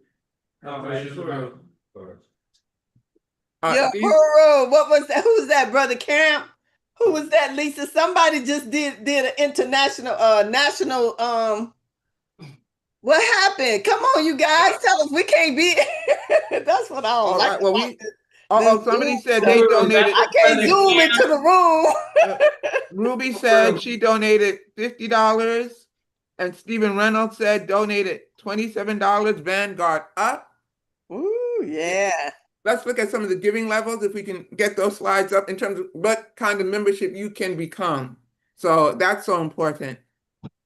Yeah, and then pledges too, Lisa. They can pledge to those Yes. memberships they can become. Right. Give $1,000 or more, Queen Mother, Asantua, $1,000 or more. She says we must face it. While we have been marching for jobs, jobs have been marching out of this country in search of new slaves in foreign countries. Jobs are marching into prisons where they can legally work 2 million racially profiled Black men and women to death again without pay. Yes, Queen Mother, Asantua. $1,000 or more. We have Brother Chokwe Lumumba, the next giving level to become a membership, a Chokwe Lumumba member. He said, I only came to the movement because of King and he was killed. I only stayed in the movement because of Malcolm and he was killed. Then I became a leader. $500 or more. And again, you can make these payments in installments. Next slide. Marcus Garvey, $365. That's $1 a day. That would be a good pledge to make right there. $1 a day, $30 a month. Come on, people, we can do that. Yes. Are people without the knowledge of people without the knowledge of their past, history, origin, and culture is like a tree without roots. Next slide. Mary Baraka, if we have any Jerseyans in the house, a Mary Baraka membership, $120 or more, a man is either free or he is not. There cannot be an apprenticeship for freedom. Wow. That would be a nice pledge too, Lisa. That's like $20 a month or something like that. Yeah. That'll be a great pledge. And the Fannie Lou Hamer pledge, I pledged that membership yesterday. $60 or more. Nobody's free until everybody's free. Yep, I pledged that membership yesterday too. That's right, Lisa. They better know that they're not free until everybody's free. Right. Come on, people now. We got to get it all the way right. We got to get it all the way right. That'll be my pledge for today. Woo! There you go. That's my sister. Brother Paul Pumphrey, $25. Woo, woo, woo. Do we have any online? Sister Sophia said that's gonna be her pledge for the day. That's what I'm talking about. Yeah, we're gonna keep Fannie Lou on the right, because Front of mind, front of consciousness. Yes, Yeah. ma'am. Yeah, because we want everybody free. That's just the bottom line. We gonna get them out of these hellhole prisons and get them free. Absolutely. Absolutely. That's right. We got to, if you're gonna vote, vote like Sister Fannie Lou Hamer, because she wasn't about voting for no lesser evil. I'm gonna vote like her. Yeah, and my brother, oh my God, my brother Ralph Pointer say, free them all. Free Yeah. them all. I can just hear him saying it right now in my head. Yeah. All right, we are $68 away from $500 goal. Yeah. $68. All right, that's quick, Lisa. Well, we ain't even been. Johan said he just sent in another 25. Was that Another counted? 25 here in the room from Sister Fofi Uhuru. Woo! 4 feet, Right. 4 feet, 4 feet. Right, we ain't even been here 6 minutes. Come on now, come on, people, we got to get this done. So we need $43. All right. 25. All right, we got 25 from Gregory. Gregory, thank you. Got Emmanuel, got 10, Woo, Uhuru. woo, woo, woo. Look at here, Lisa. Yeah. Black We doing is this. back. Black is black back. We operating in the black. That's right. In the deep black. In the deep black is how we All right, want to so we're operate in everything we $18 do. away. Yes, indeed. What'd you say, Sister Ikenge? They were $18 away. 18. Picnic! Come on, Pastor Picnic. Where did Pastor Picnic go? We're gonna get him on the next one. We're gonna get him on the next one. Afia, is your hand raised? I see, maybe that's a hand that was left up from before. What did we say? We need 18 more?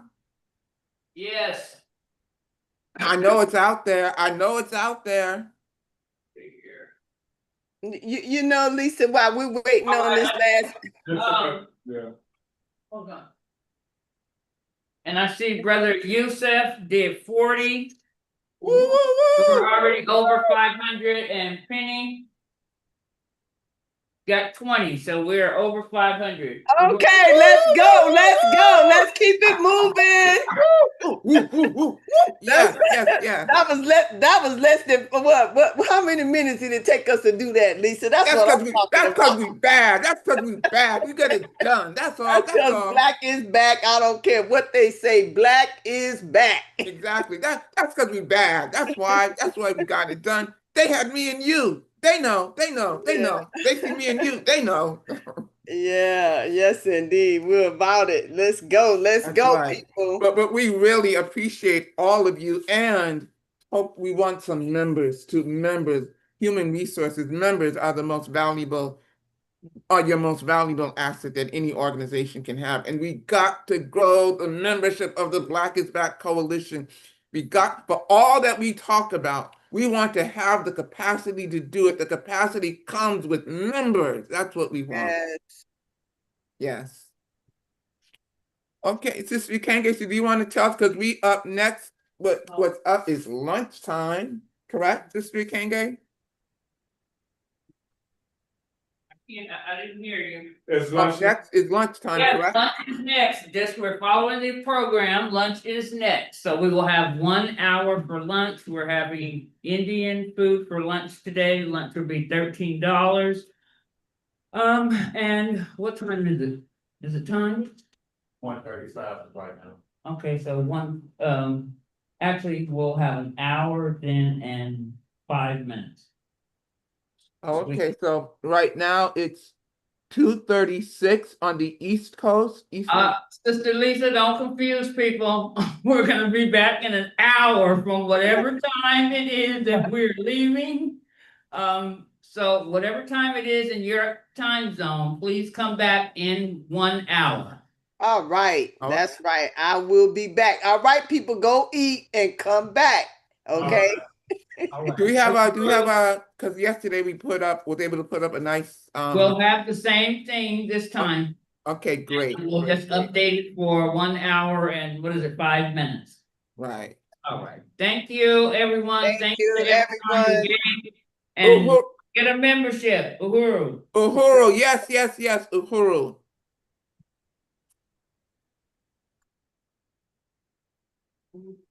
And remember, you all want to put everything on mute because we don't disengage from the program, from the live stream. So just make sure everything is muted.